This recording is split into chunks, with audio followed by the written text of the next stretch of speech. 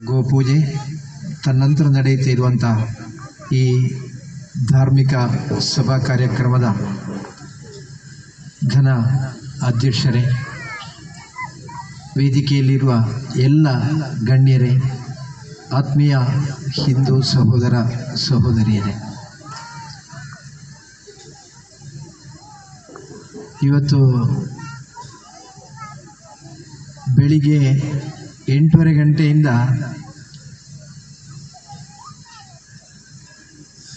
ಸ್ವಲ್ಪ ಉಸಿರಾಡಲಿಕ್ಕೂ ಕೂಡ ಸಮಯ ಸಿಗದ ರೀತಿಯಲ್ಲಿ ಒಂದರ ಹಿಂದೆ ಒಂದು ಕಾರ್ಯಕ್ರಮದಲ್ಲಿ ಭಾಗವಹಿಸಿ ಇಲ್ಲಿಗೆ ತಲುಪುವಂಥ ಸಂದರ್ಭದಲ್ಲಿ ತುಂಬ ಆಯಾಸದಿಂದಿದ್ದೆ. ಆದರೆ ಅನಿವಾರ್ಯವಾಗಿ ನಮ್ಮ ಕರ್ತವ್ಯ, ನಾವು ಒಪ್ಪಿಕೊಂಡಿರುವಂಥ ಕಾರ್ಯವನ್ನು ಮಾಡಲೇಬೇಕೆಂಬ ಭಾವನೆಯೊಂದಿಗೆ ಇಲ್ಲಿಗೆ ಆಗಮಿಸಿ ಈ ಪವಿತ್ರ ಪರಿಸರದಲ್ಲಿ ಇಳಿಯುವಂಥ ಸಂದರ್ಭದಲ್ಲಿ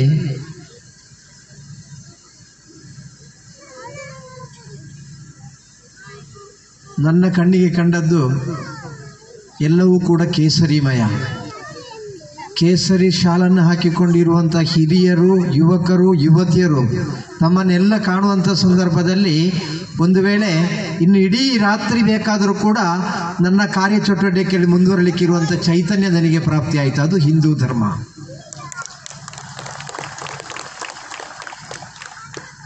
ಈ ಧರ್ಮ ಬೆಳೆದು ಬಂದಿರುವಂಥ ದಾರಿ ಅದು. ನಮ್ಮ ಧರ್ಮಶಾಸ್ತ್ರದಲ್ಲಿ ಅತ್ಯಂತ ಅನಾರೋಗ್ಯ ಪೀಡಿತರಾಗಿರುವ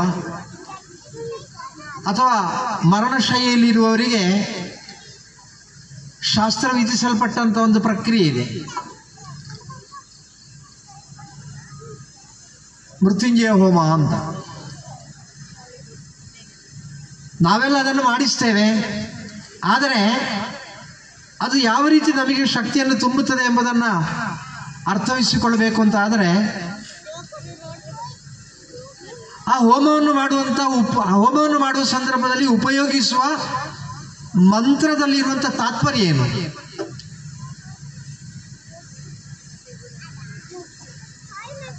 ಅದರ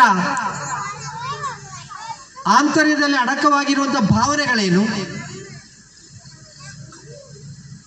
ಆ ಮಂತ್ರವನ್ನು ಪಠಿಸುವುದರ ಮುಖಾಂತರ ನಮ್ಮಲ್ಲಿರುವಂಥ ಚೈತನ್ಯ ವೃದ್ಧಿಯಾಗುವುದು ಹೇಗೆ? ಮೃತ್ಯೋ ಮೃಕ್ಷೀಯಂ ಅಮೃತಾತ್ ಅಂತ ಹೇಳಿತು.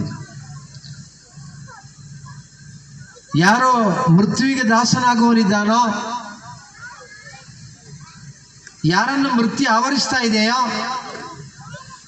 ಯಾರು ಶಾರೀರಿಕವಾಗಿಯೂ ಮಾನಸಿಕವಾಗಿ ಪರಿಪೂರ್ಣವಾಗಿ ಶಕ್ತಿಯನ್ನು ಕಳ್ಕೊಳ್ತಾರೋ ಅವರಿಗೆ ಆ ಮೃತ್ಯುವನ್ನು ಜಯಿಸಿ ಅಮೃತತ್ವವನ್ನು ಒದಗಿಸಿಕೊಡುವಂಥ ಒಂದು ತಾತ್ಪರ್ಯ ಅದರಲ್ಲಿ ಅಂತರ್ಗತವಾಗಿದೆ. ಇದು ಒಂದಾಗಿದ್ದರೆ ಹಿಂದೂ ಧರ್ಮದಲ್ಲಿರುವಂಥ ಪ್ರತಿಯೊಂದು ಆಚರಣೆಗಳಾಗಿರಲಿ, ಪ್ರತಿಯೊಂದು ವಿಚಾರಗಳಾಗಿರಲಿ, ನಾವು ಅನುಸರಿಸಿಕೊಂಡು ಬರುವಂಥ ಪ್ರತಿಯೊಂದು ಸಂಪ್ರದಾಯಗಳಾಗಿರಲಿ, ಆ ಸಂಪ್ರದಾಯಗಳು ಯಾವತ್ತೂ ಕೂಡ ಮೂಢನಂಬಿಕೆ ಅಲ್ಲ. ಅದು ನಮ್ಮ ಮೂಲ ನಂಬಿಕೆ. ಆ ನಂಬಿಕೆಯನ್ನು ಇರಿಸಿಕೊಂಡಿರುವ ಕಾರಣವೇ ಇವತ್ತಿಗೂ ಕೂಡ ಯಾವುದೆಲ್ಲ ಆಕ್ರಮಣಗಳು ನಡೆದರು, ಯಾವುದ್ಯಾವುದು ಅಟ್ಟಹಾಸಗೈಯುವಂಥ ಶಕ್ತಿಗಳು ಬಂದು ನಮ್ಮನ್ನು ನಿರ್ನಾಮ ಮಾಡಲಿಕ್ಕೆ ಪ್ರಯತ್ನಿಸಿದರು,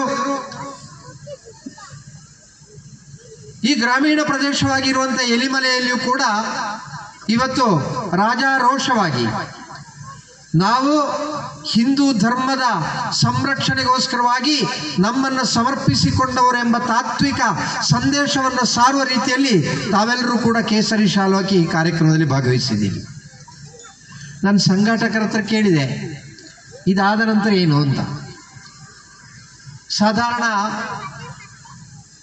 ಎಲ್ಲ ಕಡೆಯೂ ಕೂಡ ಈ ರೀತಿಯ ಕಾರ್ಯಕ್ರಮ ನಡೆಯುವಾಗ ಆ ಕಾರ್ಯಕ್ರಮದ ನಂತರ ಒಂದು ತುಳು ನಾಟಕ, ಇನ್ಯಾವುದೋ ಕಾರ್ಯಕ್ರಮಗಳು ಇಡಬೇಕಾಗ್ತದೆ, ಅತ್ಯಂತ ಅನಿವಾರ್ಯವಾಗಿ ಇಡಬೇಕಾಗ್ತದೆ. ಯಾಕೆಂತ ಕೇಳಿದರೆ ಧಾರ್ಮಿಕ ಸಭೆ ನಡೆಯುವಂಥ ಸಂದರ್ಭದಲ್ಲಿ ಮಲಗಿ ನಿದ್ರಿಸ್ತಾ ಇರುವಂಥ ಹಿಂದೂ ಸಮಾಜವನ್ನ ಈ ರೀತಿಯಾದರೂ ಬಡಿದೆಬ್ಬಿಸುವ ಅಂತ ಹೇಳುವಂಥ ಪ್ರಯತ್ನದಲ್ಲಿ ಸಂಘಾಟಕರು ಮುಂದುವರೆದು ಒಂದು ನಾಟಕವನ್ನು ಇಟ್ಟರೆ ಅತ್ಯಂತ ಅನಿವಾರ್ಯವಾಗಿ ಈ ಧಾರ್ಮಿಕ ಸಭೆಯಲ್ಲಿ ಕುಳಿತುಕೊಳ್ಳಲಿಕ್ಕೆ ಮನಸ್ಸಿಲ್ಲ ಇದ್ದರು, ಅಲ್ಲಿ ಹೇಳ್ತಾ ಇರುವಂಥದ್ದನ್ನು ಕೇಳಲಿಕ್ಕೆ ಮನಸ್ಸಿಲ್ಲ ಇದ್ದರೂ ಕೂಡ ಮತ್ತಿನ ಕಾರ್ಯಕ್ರಮವನ್ನು ವೀಕ್ಷಿಸಲಿಕ್ಕೋಸ್ಕರವಾಗಿ ಸೀಟನ್ನು ಕಾದಿರಿಸಲಿಕ್ಕೋಸ್ಕರವಾಗಿ ಬಂದು ಕುಳಿತುಕೊಳ್ಳುವಂಥ ಸಂಪ್ರದಾಯ ಎಲ್ಲ ಕಡೆಯೂ ಕೂಡ ಕಾಣ್ತದೆ. ಆದರೆ ಅದಕ್ಕೆ ವ್ಯತ್ಯಸ್ತವಾಗಿ ಇಲ್ಲಿ ನಡೀತಾ ಇರುವಂಥ ಗೋಪೂಜೆ, ಅದೇ ರೀತಿ ಇಲ್ಲಿ ನಡೀತಾ ಇರುವಂಥ ಧಾರ್ಮಿಕ ಸಭಾ ಕಾರ್ಯಕ್ರಮ ಏನಿದೆಯೋ ಅದರಲ್ಲಿ ನಾವು ಭಾಗವಹಿಸಬೇಕು. ಈ ದೀಪಾವಳಿಯ ಆ ಪರಮ ಪವಿತ್ರವಾಗಿರುವಂಥ ಕಾಲ, ಆ ಸಂದರ್ಭದಲ್ಲಿ ನಾವು ಗೋವಿನ ಪೂಜೆ ಮಾಡಬೇಕು. ಜೊತೆಯಲ್ಲಿ ನಮ್ಮ ಜೀವನದಲ್ಲಿ ನಾವು ಹಿಂದೂ ಧರ್ಮ ಸಂರಕ್ಷಣೆಗೋಸ್ಕರವಾಗಿ ಮುನ್ನುಗ್ಗುವಂಥ ಸಂದರ್ಭದಲ್ಲಿ ಅಳವಡಿಸಿಕೊಳ್ಳತಕ್ಕಂಥ ವಿಚಾರಧಾರೆಗಳನ್ನು ಯಾರು ನಮಗೆ ತಿಳಿಸ್ತಾರೋ ಅವರ ಮಾತುಗಳನ್ನು ಕೇಳಿ ಅದನ್ನು ಜೀವನದಲ್ಲಿ ಅಳವಡಿಸಿಕೊಳ್ಳಬೇಕೆಂಬ ಕೇವಲ ಸಂಕಲ್ಪದೊಂದಿಗೆ ತಾವು ಬಂದಿರುವ ಕಾರಣ ಮತ್ತೊಂದು ಕಾರ್ಯಕ್ರಮದ ಇಲ್ಲ ಇದ್ದರೂ ಕೂಡ ಇಲ್ಲಿ ಇಷ್ಟು ಸಂಖ್ಯೆಯಲ್ಲಿ ಹಿಂದೂ ಬಾಂಧವರು ಸೇರಿದ್ದೀರಿ. ಈ ಎಲಿಮಲೆಯ ಸಮಸ್ತ ಹಿಂದೂ ಬಾಂಧವರಿಗೆ ನನ್ನ ಹೃದಯಪೂರ್ವಕವಾಗಿರುವಂಥ ನಮನಗಳನ್ನು ಸಲ್ಲಿಸ್ತಾ ಇದ್ದೇನೆ. ಬಂಧುಗಳೇ, ದೀಪಾವಳಿಯ ಸಂದರ್ಭದಲ್ಲಿ ನಾವು ಯಾಕೆ ಗೋಪೂಜೆಯನ್ನು ಮಾಡ್ತೇವೆ? ಎಲ್ಲ ಕಡೆಯೂ ಕೂಡ ಗೋಪೂಜೆ ನಡೀತದೆ. ಯಾಕೆ ನಾವು ಗೋಪೂಜೆಯನ್ನು ಮಾಡ್ತೇವೆ?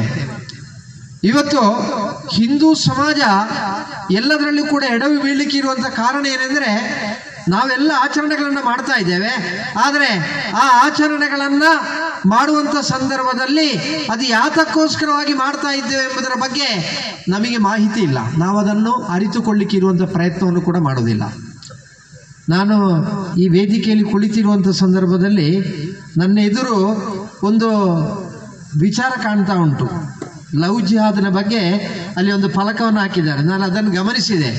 ಯಾರಾದರೂ ಹೆಸರಿದೆ ಅಂತ ಇಲ್ಲಿ ನನಗೆ ಕಾಣ್ತಾ ಇಲ್ಲ. ಆದರೂ ಕೂಡ ಹಿಂದೂ ಸಮಾಜದ ನಮ್ಮ ನೆಚ್ಚಿನ ಸಹೋದರಿಯರಿಗೆ ಒಂದು ಕಿವಿ ಮಾತನ್ನು ಹೇಳಲಿಕ್ಕೋಸ್ಕರವಾಗಿ ಈ ದೇಶದಲ್ಲಿ ಲವ್ ಜಿಹಾದ್ ಇದೆ, ಈ ರಾಜ್ಯದಲ್ಲಿಯೂ ಕೂಡ ಲವ್ ಜಿಹಾದ್ ಇದೆ. ಆ ಲವ್ ಜಿಹಾದಿನ ಅತ್ಯಂತ ಘೋರವಾಗಿರುವಂಥ ಅನೇಕ ಘಟ್ಟಗಳನ್ನು ದಾಟಿ ಇವತ್ತು ಸಮಾಜದಲ್ಲಿರತಕ್ಕಂಥ ಕೇರಳ ಕರ್ನಾಟಕದಲ್ಲಿರುವಂಥ ಸುಮಾರು 6,000ಕ್ಕೂ ಮಿಕ್ಕಿರುವಂಥ ಹೆಣ್ಣು ಮಕ್ಕಳನ್ನು ಪುನಃ ಮಾತೃಧರ್ಮಕ್ಕೆ ತರುವಲ್ಲಿ ಯಶಸ್ವಿಯಾಗಿರುವಂಥ ಒಂದು ಸಂಸ್ಥೆ.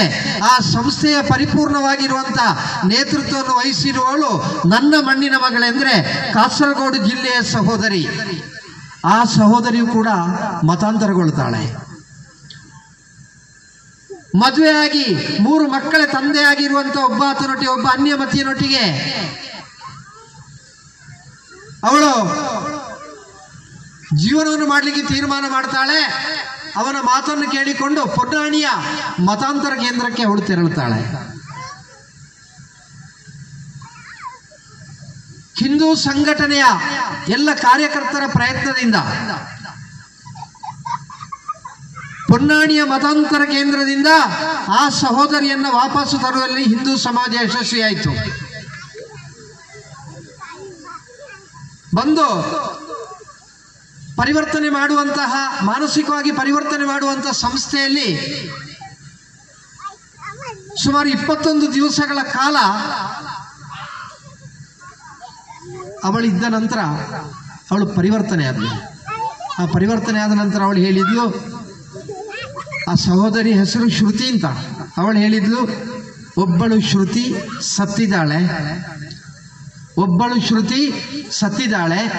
ಈಗ ಪುನಃ ಹುಟ್ಟಿರುವಂಥ ಶ್ರುತಿ ಇನ್ನು ನನ್ನ ಜೀವನ ಯಾಕೆ ಅಂತ ಕೇಳಿದರೆ ನಾನೊಂದು ಕೌಟುಂಬಿಕವಾಗಿರುವಂಥ ಜೀವನವನ್ನು ಮಾಡಲಿಕ್ಕೆ ತಯಾರಾಗುವುದಿಲ್ಲ, ಬದಲಾಗಿ ನನ್ನ ರೀತಿಯಲ್ಲಿ ನೋವನ್ನು ಅನುಭವಿಸುವಂಥ, ಹಿಂಸೆಯನ್ನು ಅನುಭವಿಸುವಂಥ ಯಾವ ಸಹೋದರಿಯರಿದ್ದಾರೋ ಆ ಸಹೋದರಿಯರನ್ನು ಮಾತೃಧರ್ಮಕ್ಕೆ ತರಲಿಕ್ಕೋಸ್ಕರವಾಗಿ ನಾನು ಪರಿಪೂರ್ಣವಾಗಿ ನನ್ನನ್ನು ಸಮರ್ಪಿಸಿಕೊಳ್ತೇನೆ ಅಂತ ತೀರ್ಮಾನ ಮಾಡಿ ಇವತ್ತು ಆ ಸಂಸ್ಥೆಯಲ್ಲಿ ಅತ್ಯಂತ ಸಕ್ರಿಯವಾಗಿ ದುಡಿತಾ ಇದ್ದಾಳೆ. ನಾನು ಮಾತನಾಡ್ತಾ ಕೇಳಿದೆ ಆ ಸಹೋದರಿಯಲ್ಲಿ, ಯಾಕೆ ನೀನು ಮತಾಂತರಗೊಂಡದ್ದು? ಕಾಣಲಿಕ್ಕೆ ಸುಂದರಿಯಾಗಿರುವಂಥ ಯುವತಿ ನೀನು, ನೀನು ಯಾರನ್ನು ಪ್ರೀತಿಸಿದೆಯೋ ಅವನೊಬ್ಬ ಸ್ಪರದ್ರೂಪಿ ಏನಲ್ಲ. ಬದಲಾಗಿ ನಿನಗೆ ಜೀವನ ಕೊಡೋದಕ್ಕಿಂತ ಮುಂಚಿತವಾಗಿ ಅವನಿಗೆ ಮದುವೆ ಆಗಿ ಆ ಹೆಂಡತಿಯಲ್ಲಿ 3 ಮಕ್ಕಳಿದ್ದಾರೆ.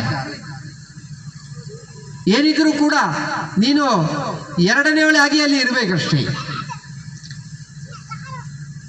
ನಿನಗೆ ವಿದ್ಯಾಭ್ಯಾಸ ಇದೆ, ನಿನಗೆ ಒಳ್ಳೆ ಉದ್ಯೋಗವೂ ಇತ್ತು, ಅದೆಲ್ಲವೂ ಇರುವಂಥ ಸಂದರ್ಭದಲ್ಲಿ ನೀನು ಯಾಕೆ ಈ ತೀರ್ಮಾನವನ್ನು ಕೈಗೊಂಡಿದ್ದು ಕೇಳುವಾಗ ಆ ಸಹೋದರಿ ನನ್ನಲ್ಲಿ ಹೇಳಿದಂಥ ಮಾತು, ನಾನು ಪ್ರತಿ ದಿವಸವೂ ಕೂಡ, ಅವಳು ಅಧ್ಯಾಪಿಕೆ ಆಗಿದ್ಲು, ಪ್ರತಿ ದಿವಸವೂ ಕೂಡ ನನ್ನನ್ನು ಶಾಲೆಗೆ ಕರೆದುಕೊಂಡು ಹೋಗಲಿಕ್ಕೆ ಆ ವ್ಯಕ್ತಿ ವಾಹನವನ್ನು ತರ್ತಾ ಇದ್ದ.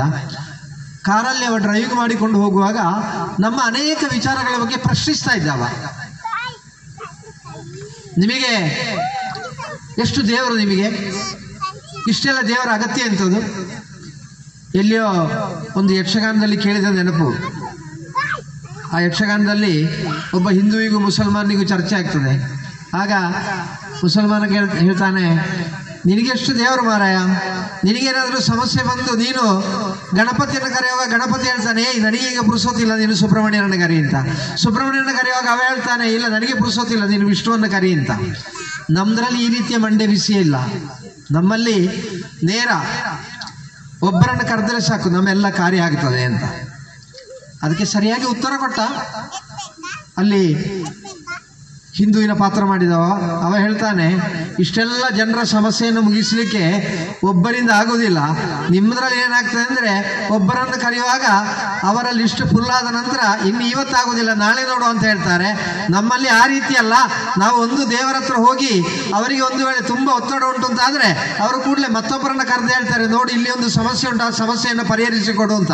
ಹಾಗಿದ್ದ ಕಾರಣ ಈ 100 ದೇವರಿರುವ ಕಾರಣ ನಮ್ಮ ಎಲ್ಲ ಸಮಸ್ಯೆಯು ಕೂಡ ಪರಿಹಾರ ಆಗ್ತದೆ ಅಂತ ಹೇಳುವಂಥ ಉತ್ತರ ಅವರು ಕೊಟ್ಟಿದ್ದಾರೆ.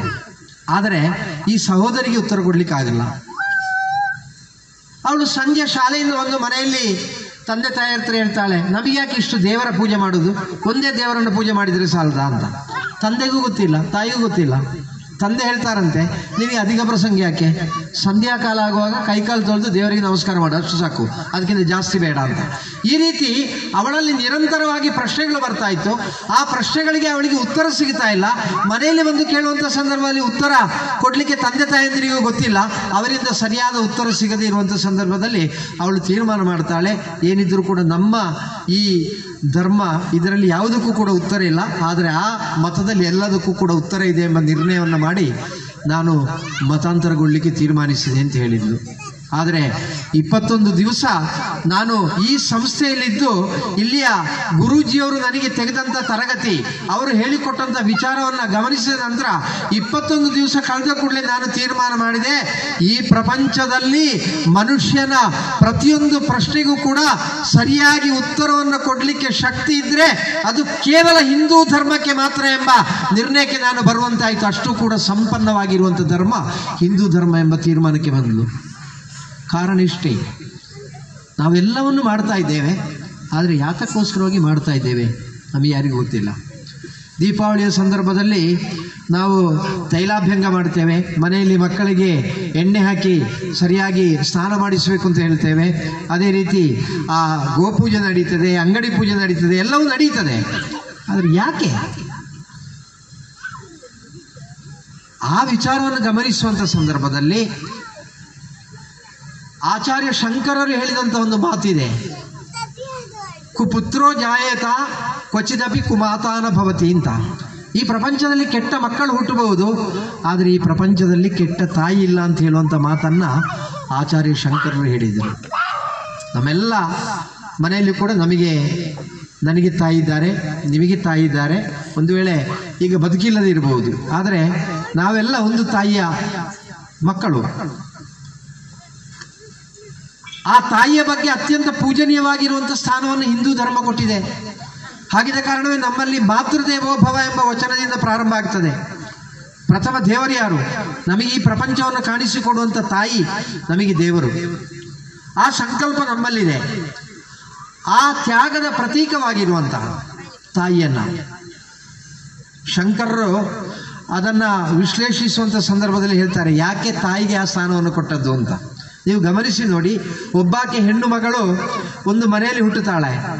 ಆ ಮನೆಯಲ್ಲಿ ಹುಟ್ಟಿ ಅವಳಿಗೆ ಗೊತ್ತಿದೆ, ಸ್ವಲ್ಪ ಬುದ್ಧಿ ಬರುವಾಗ ಗೊತ್ತಾಗ್ತದೆ, ಏನಿದ್ರೂ ಕೂಡ ನಾನು ಈ ಮನೆಯಲ್ಲಿ ಇರಲಿಕ್ಕಿಲ್ಲ, ನನ್ನನ್ನು ಒಂದು ಸಮಯ ಆಗುವಂಥ ಸಂದರ್ಭದಲ್ಲಿ ಇಲ್ಲಿಂದ ಕಳಿಸಿಕೊಡ್ತಾರೆ ಅಂತ ಹೇಳುವಂಥದ್ದು ಆ ಸಹೋದರಿಗೆ ಗೊತ್ತಿದೆ.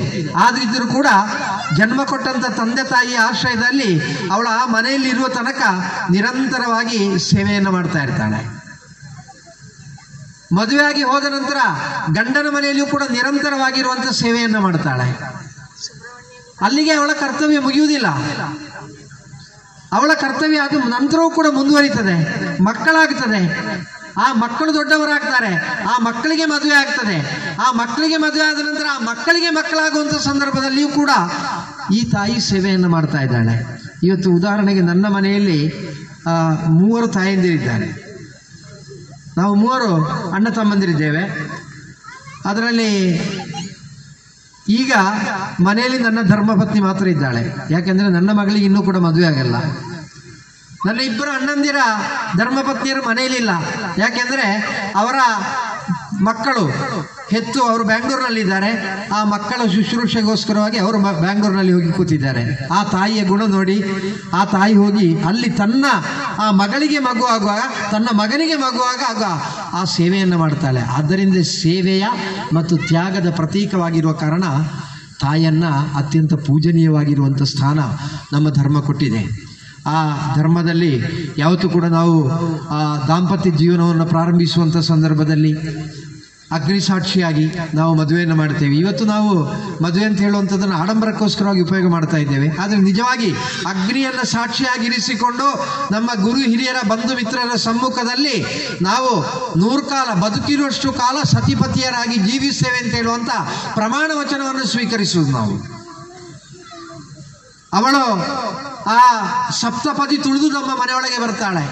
ಆ 7 ಹೆಜ್ಜೆಗೂ ಕೂಡ ಒಂದು ತಾತ್ವಿಕವಾಗಿರುವಂಥ ಅರ್ಥ ಇದೆ. ಒಂದೊಂದು ಹೆಜ್ಜೆಯನ್ನು ತುಳಿಯುವಂಥ ಸಂದರ್ಭದಲ್ಲಿ ತನ್ನ ಆಂತರಿಕವಾಗಿರುವಂಥ ಯಾವ ವಿಚಾರಗಳಿವೆಯೋ ಅದನ್ನು ತ್ಯಜಿಸಿಕೊಂಡು ತನ್ನ ಆ ಪತಿಯ ಜೊತೆಯಲ್ಲಿ ಯಾವತ್ತೂ ಕೂಡ ಆಧಾರ ಸ್ತಂಭವಾಗಿದ್ದುಕೊಂಡು ಜೀವನ ಮಾಡಲಿಕ್ಕೋಸ್ಕರವಾಗಿ ಸಂಕಲ್ಪ ಮಾಡಿ ಆ ಮನೆಯನ್ನು ಅವಳು ಪ್ರವೇಶಿಸುವುದು. ಆದ್ದರಿಂದಲೇ ನಾವು ಯಾವತ್ತೂ ಕೂಡ ಸಂಬೋಧಿಸುವಂಥ ಸಂದರ್ಭದಲ್ಲಿ ನಾವು ಮದುವೆಯಾದ ನಂತರ ಯಾರು ಅಂತ ಕೇಳಿದರೆ ಧರ್ಮಪತ್ನಿ ಅಂತ ಹೇಳ್ತೇವೆ. ಅದಕ್ಕೆ ತುಂಬ ಅರ್ಥ ಇದೆ. ಧರ್ಮಪತ್ನಿ ಅಂತ ಹೇಳೋದಕ್ಕೆ ತುಂಬ ಅರ್ಥ ಇದೆ.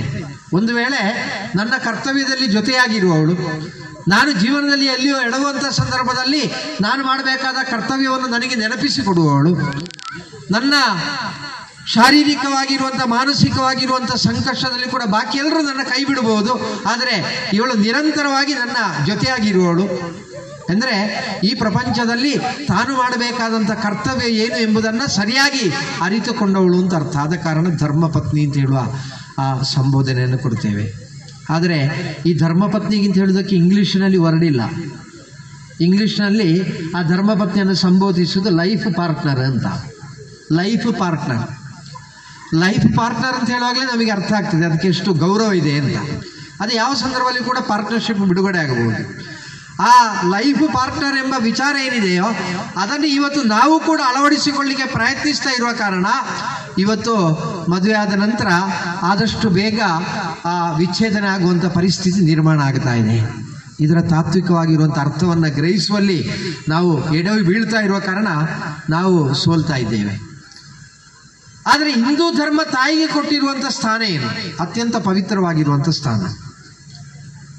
ಆದರೆ ಈ ತಾಯಿಗೆಲ್ಲ ತಾಯಿಯ ಸ್ಥಾನದಲ್ಲಿ ನಿಲ್ಲುವವಳು ಯಾರು ಅಂತ ಹೇಳಿದ್ರೆ ಗೋಮಾತೆ. ಗಾವೋ ವಿಶ್ವಸ್ಯ ಮಾತರಹ ಅಂತ ಹೇಳಿದರು. ಇಡೀ ಪ್ರಪಂಚಕ್ಕೆ ತಾಯಿಯ ಸ್ಥಾನದಲ್ಲಿ ನಿಲ್ಲುವವಳು. ಯಾಕೆ? ಗೋವಿನಷ್ಟು ತ್ಯಾಗಜೀವಿ ಪ್ರಪಂಚದಲ್ಲಿ ಯಾವುದು ಇದೆ? ಇವತ್ತು ಕಾಲ ಬದಲಾಗಿದೆ ಬಿಡಿ, ಆದರೆ ಸಾಧಾರಣ ಹಳೆಯ ಕಾಲದಲ್ಲಿ ಇವತ್ತು ಕೂಡ ನಮ್ಮಲ್ಲಿ ವಯಸ್ಸಾದವರು ಇರಬಹುದು. ಅವ್ರ ಹತ್ರ ಕೇಳಿದ್ರೆ ಹೇಳ್ತಾರೆ ಹೇಗಿತ್ತು ಜೀವನ ಪದ್ಧತಿ. ಬೆಳಿಗ್ಗೆ ತಾಯಂದಿರು ಕರುವನ್ನು ಬಿಡ್ತಾರೆ, ಹಾಲನ್ನು ಕರೀತಾರೆ. ಹಾಲನ್ನು ಕರೆದ ನಂತರ ಆ ದನದ ಕುತ್ತಿಗೆ ಹಗ್ಗವನ್ನು ಬಿಚ್ಚಿ ಬಿಡ್ತಾರೆ. ಅದು ಹೋಗ್ತದೆ, ಅದು ತನ್ನ ಪಾಡಿಗೆ ಅದು ಮೇಲಿಕ್ಕೆ ಹೋಗ್ತದೆ. ಯಾವಾಗ ಅದು ಹಟ್ಟಿಗೆ ಬರಬೇಕಾದ ಸಮಯ ಆಗ್ತದೋ ಆ ಸಂದರ್ಭದಲ್ಲಿ ಕೇವಲ ಹೆಸರು ಕುಗ್ಗಿ ಕರೆಯುವುದು ಮಾತ್ರ ತಾಯಂದಿರು. ಕಪಿಲ ಗೋದಾವರಿ ಅಂತ ಕರೆದ ಕೂಡಲೇ ತನ್ನ ಆ ಗೊರಸೆಗಳ ಸದ್ದನ್ನ ಮಾಡುತ್ತಾ ಹೆಜ್ಜೆಗೆ ಹೆಜ್ಜೆಯನ್ನು ಇರಿಸಿಕೊಂಡು ನೇರ ಬಂದು ಹಟ್ಟಿಯಲ್ಲಿ ಸೇರ್ತಾ ಇದ್ವು. ಆ ಸಂಪ್ರದಾಯ ಇದ್ದ ಕಾರಣವೇ ಇವತ್ತು ನಾವು ಗೋಧೂಳಿ ಲಗ್ನ ಅಂತ ಹೇಳುವಂತ ಒಂದು ಮುಹೂರ್ತವನ್ನು ತೀರ್ಮಾನ ಮಾಡ್ತೇವೆ. ಏನು ಗೋಧೂಳಿ ಲಗ್ನ ಎಂದ್ರೆ, ಯಾವಾಗ ಆ ದನ ಬಂದು ಹಟ್ಟಿಯನ್ನು ಪ್ರವೇಶಿಸುವಂಥ ಸಮಯ ಇದೆಯೋ, ಒಂದು ರೀತಿಯಲ್ಲಿ ಒಂದು ಸಂಧ್ಯಾ ಕಾಲವಾಗುವಂಥ ಸಮಯವನ್ನ ನಾವು ಗೋಧೂಳಿ ಲಗ್ನ ಅಂತ ಕರೀತೇವೆ. ಆ ಗೋಧೂಳಿ ಲಗ್ನದಲ್ಲಿ ಅದು ಹಟ್ಟಿಗೆ ಪ್ರವೇಶಿಸ್ತದೆ. ನಾವು ಅದಕ್ಕೆ ಏನನ್ನು ಕೊಟ್ಟಿದ್ದೇವೆ? ಏನು ಕೊಡಲಿಲ್ಲ. ಅದರ ಹಾಲನ್ನು ಉಪಯೋಗ ಮಾಡಿದ್ದೇವೆ, ಅದರ ಸೆಗಣಿಯನ್ನು ಉಪಯೋಗ ಮಾಡಿದ್ದೇವೆ, ಅದರ ಮೂತ್ರವನ್ನು ಉಪಯೋಗ ಮಾಡಿದ್ದೇವೆ. ಆದರೆ ಅದು ತನ್ನಲ್ಲಿರುವುದು ಎಲ್ಲವನ್ನೂ ಕೂಡ ನಮಗೋಸ್ಕರವಾಗಿ ಕೊಡ್ತಾ ಇದೆ. ಇದು ಜೀವಿಸಿರುವಾಗ. ಆ ಗೋವು ಮರಣಿಸಿದ ನಂತರ ಏನು? ಗೋವು ಮರಣಿಸಿದ ನಂತರವೂ ಕೂಡ ಅದು ಈ ಧರ್ಮ ಸಂರಕ್ಷಣೆಗೋಸ್ಕರವಾಗಿ ತನ್ನನ್ನು ಸಮರ್ಪಿಸಿಕೊಂಡಿದೆ. ನಾವು ಕ್ಷೇತ್ರದಲ್ಲಿ ಉಪಯೋಗ ಮಾಡುವಂಥ ತಾಳವಾದ್ಯಗಳು ಯಾವುದಿದ್ರೂ ಕೂಡ ಅದಕ್ಕೆ ಚರ್ಮದ ಹೊದಿಕೆ ಆಗಬೇಕು. ಕ್ಷೇತ್ರದೊಳಗೆ ಬೇರೆ ಯಾವ ಚರ್ಮಕ್ಕೂ ಕೂಡ ಪ್ರವೇಶ ಇಲ್ಲ. ಆದ ಕಾರಣ ಗೋವಿನ ಚರ್ಮದ ಹೊದಿಕೆ ಇರುವಂಥ ವಾದ್ಯಗಳನ್ನು, ತಾಳವಾದ್ಯಗಳನ್ನು ಮಾತ್ರ ಕ್ಷೇತ್ರದಲ್ಲಿ ಉಪಯೋಗ ಮಾಡಬಹುದಷ್ಟೇ. ಬದುಕಿರುವಾಗಲೂ ಮರಣಿಸಿದ ನಂತರವೂ ಕೂಡ ತನ್ನಲ್ಲಿ ತನಿಗೋಸ್ಕರವಾಗಿ ಏನನ್ನೂ ಇಡದೆ ಎಲ್ಲವನ್ನು ಸಮಾಜಕ್ಕೋಸ್ಕರವಾಗಿ ಸಮರ್ಪಣೆ ಮಾಡುವಂಥ ಅತ್ಯಂತ ಶ್ರೇಷ್ಠವಾಗಿರುವಂಥ ತ್ಯಾಗದ ಸಂಕೇತ ಗೋವಾಗಿರುವ ಕಾರಣ ನಾವು ಆ ಗೋವನ್ನು ಪೂಜೆ ಮಾಡ್ತೇವೆ. ದೀಪಾವಳಿ ಅಂತ ಹೇಳುವಂಥದ್ದು ನಮಗೆ ವರ್ಷ ಪೂರ್ತಿ ನಾವು ಉತ್ಸಾಹದಿಂದ ಇರಲಿಕ್ಕೆ, ಹುಮ್ಮಸ್ಸನ್ನು ಪಡೀಲಿಕ್ಕೆ, ನಮಗೆ ಆಂತರಿಕವಾಗಿರುವಂಥ ಚೈತನ್ಯವನ್ನು ತುಂಬಲಿಕ್ಕೆ ಪೂರಕವಾಗಿರುವಂಥ ಸಮಯ. ಅದಕ್ಕೋಸ್ಕರವಾಗಿ ಆ ದೀಪಾವಳಿಯ ಸಂದರ್ಭದಲ್ಲಿ ಗೋಪೂಜೆಯನ್ನು ಮಾಡ್ತೇವೆ. ತನ್ಮೂಲಕವಾಗಿ ಆ ಗೋ ಸಮೃದ್ಧಿ ಆಗ್ತದೆ. ಆ ಗೋ ಸಮೃದ್ಧಿಯಿಂದ ನಾವು ಕೂಡ ಸಮೃದ್ಧರಾಗ್ತೇವೆ. ನಮ್ಮ ಆಂತರಿಕವಾಗಿರುವಂಥ ಪೂರ್ಣವಾಗಿರುವಂಥ ಶಕ್ತಿ ಅದು ಪೂರ್ಣವಾಗಿ ಬೆಳಗಲಿಕ್ಕೆ ಕಾರಣ ಆಗ್ತದೆ. ಏನು ಗೋವಿನ ಮಹತ್ವ? ನವೆಂಬರ್ 1ನೇ ತಾರೀಕಿನಿಂದ ಇವತ್ತಿನ ತನಕ ತಮಗೆ ಗೊತ್ತಿರಬಹುದು, ಕಾಸರಗೋಡು ಜಿಲ್ಲೆಯಲ್ಲಿ ಇರುವ ಪೆರಿಯ ಎಂಬ ಪ್ರದೇಶದಲ್ಲಿ ಆಲಕ್ಕೋಡು ಅಂತ ಹೇಳಿ ಒಂದು ಸ್ಥಳ ಇದೆ. ಅಲ್ಲಿ ವಿಷ್ಣು ಪ್ರಸಾದ್ ಪೂಚಕಾಡ್ ಅಂತ ಹೇಳೋ ಒಬ್ಬರು ಜ್ಯೋತಿಷ್ಯರಿದ್ದಾರೆ. ಅವರ ವೃತ್ತಿಯಲ್ಲಿ ಜ್ಯೋತಿಷ್ಯರು. ಅವ್ರ ಜೀವನದಲ್ಲಿ ಏನು ಕನಸು ಕಂಡಿದ್ದಾರೆ ಅಂತ ಗೊತ್ತಿಲ್ಲ.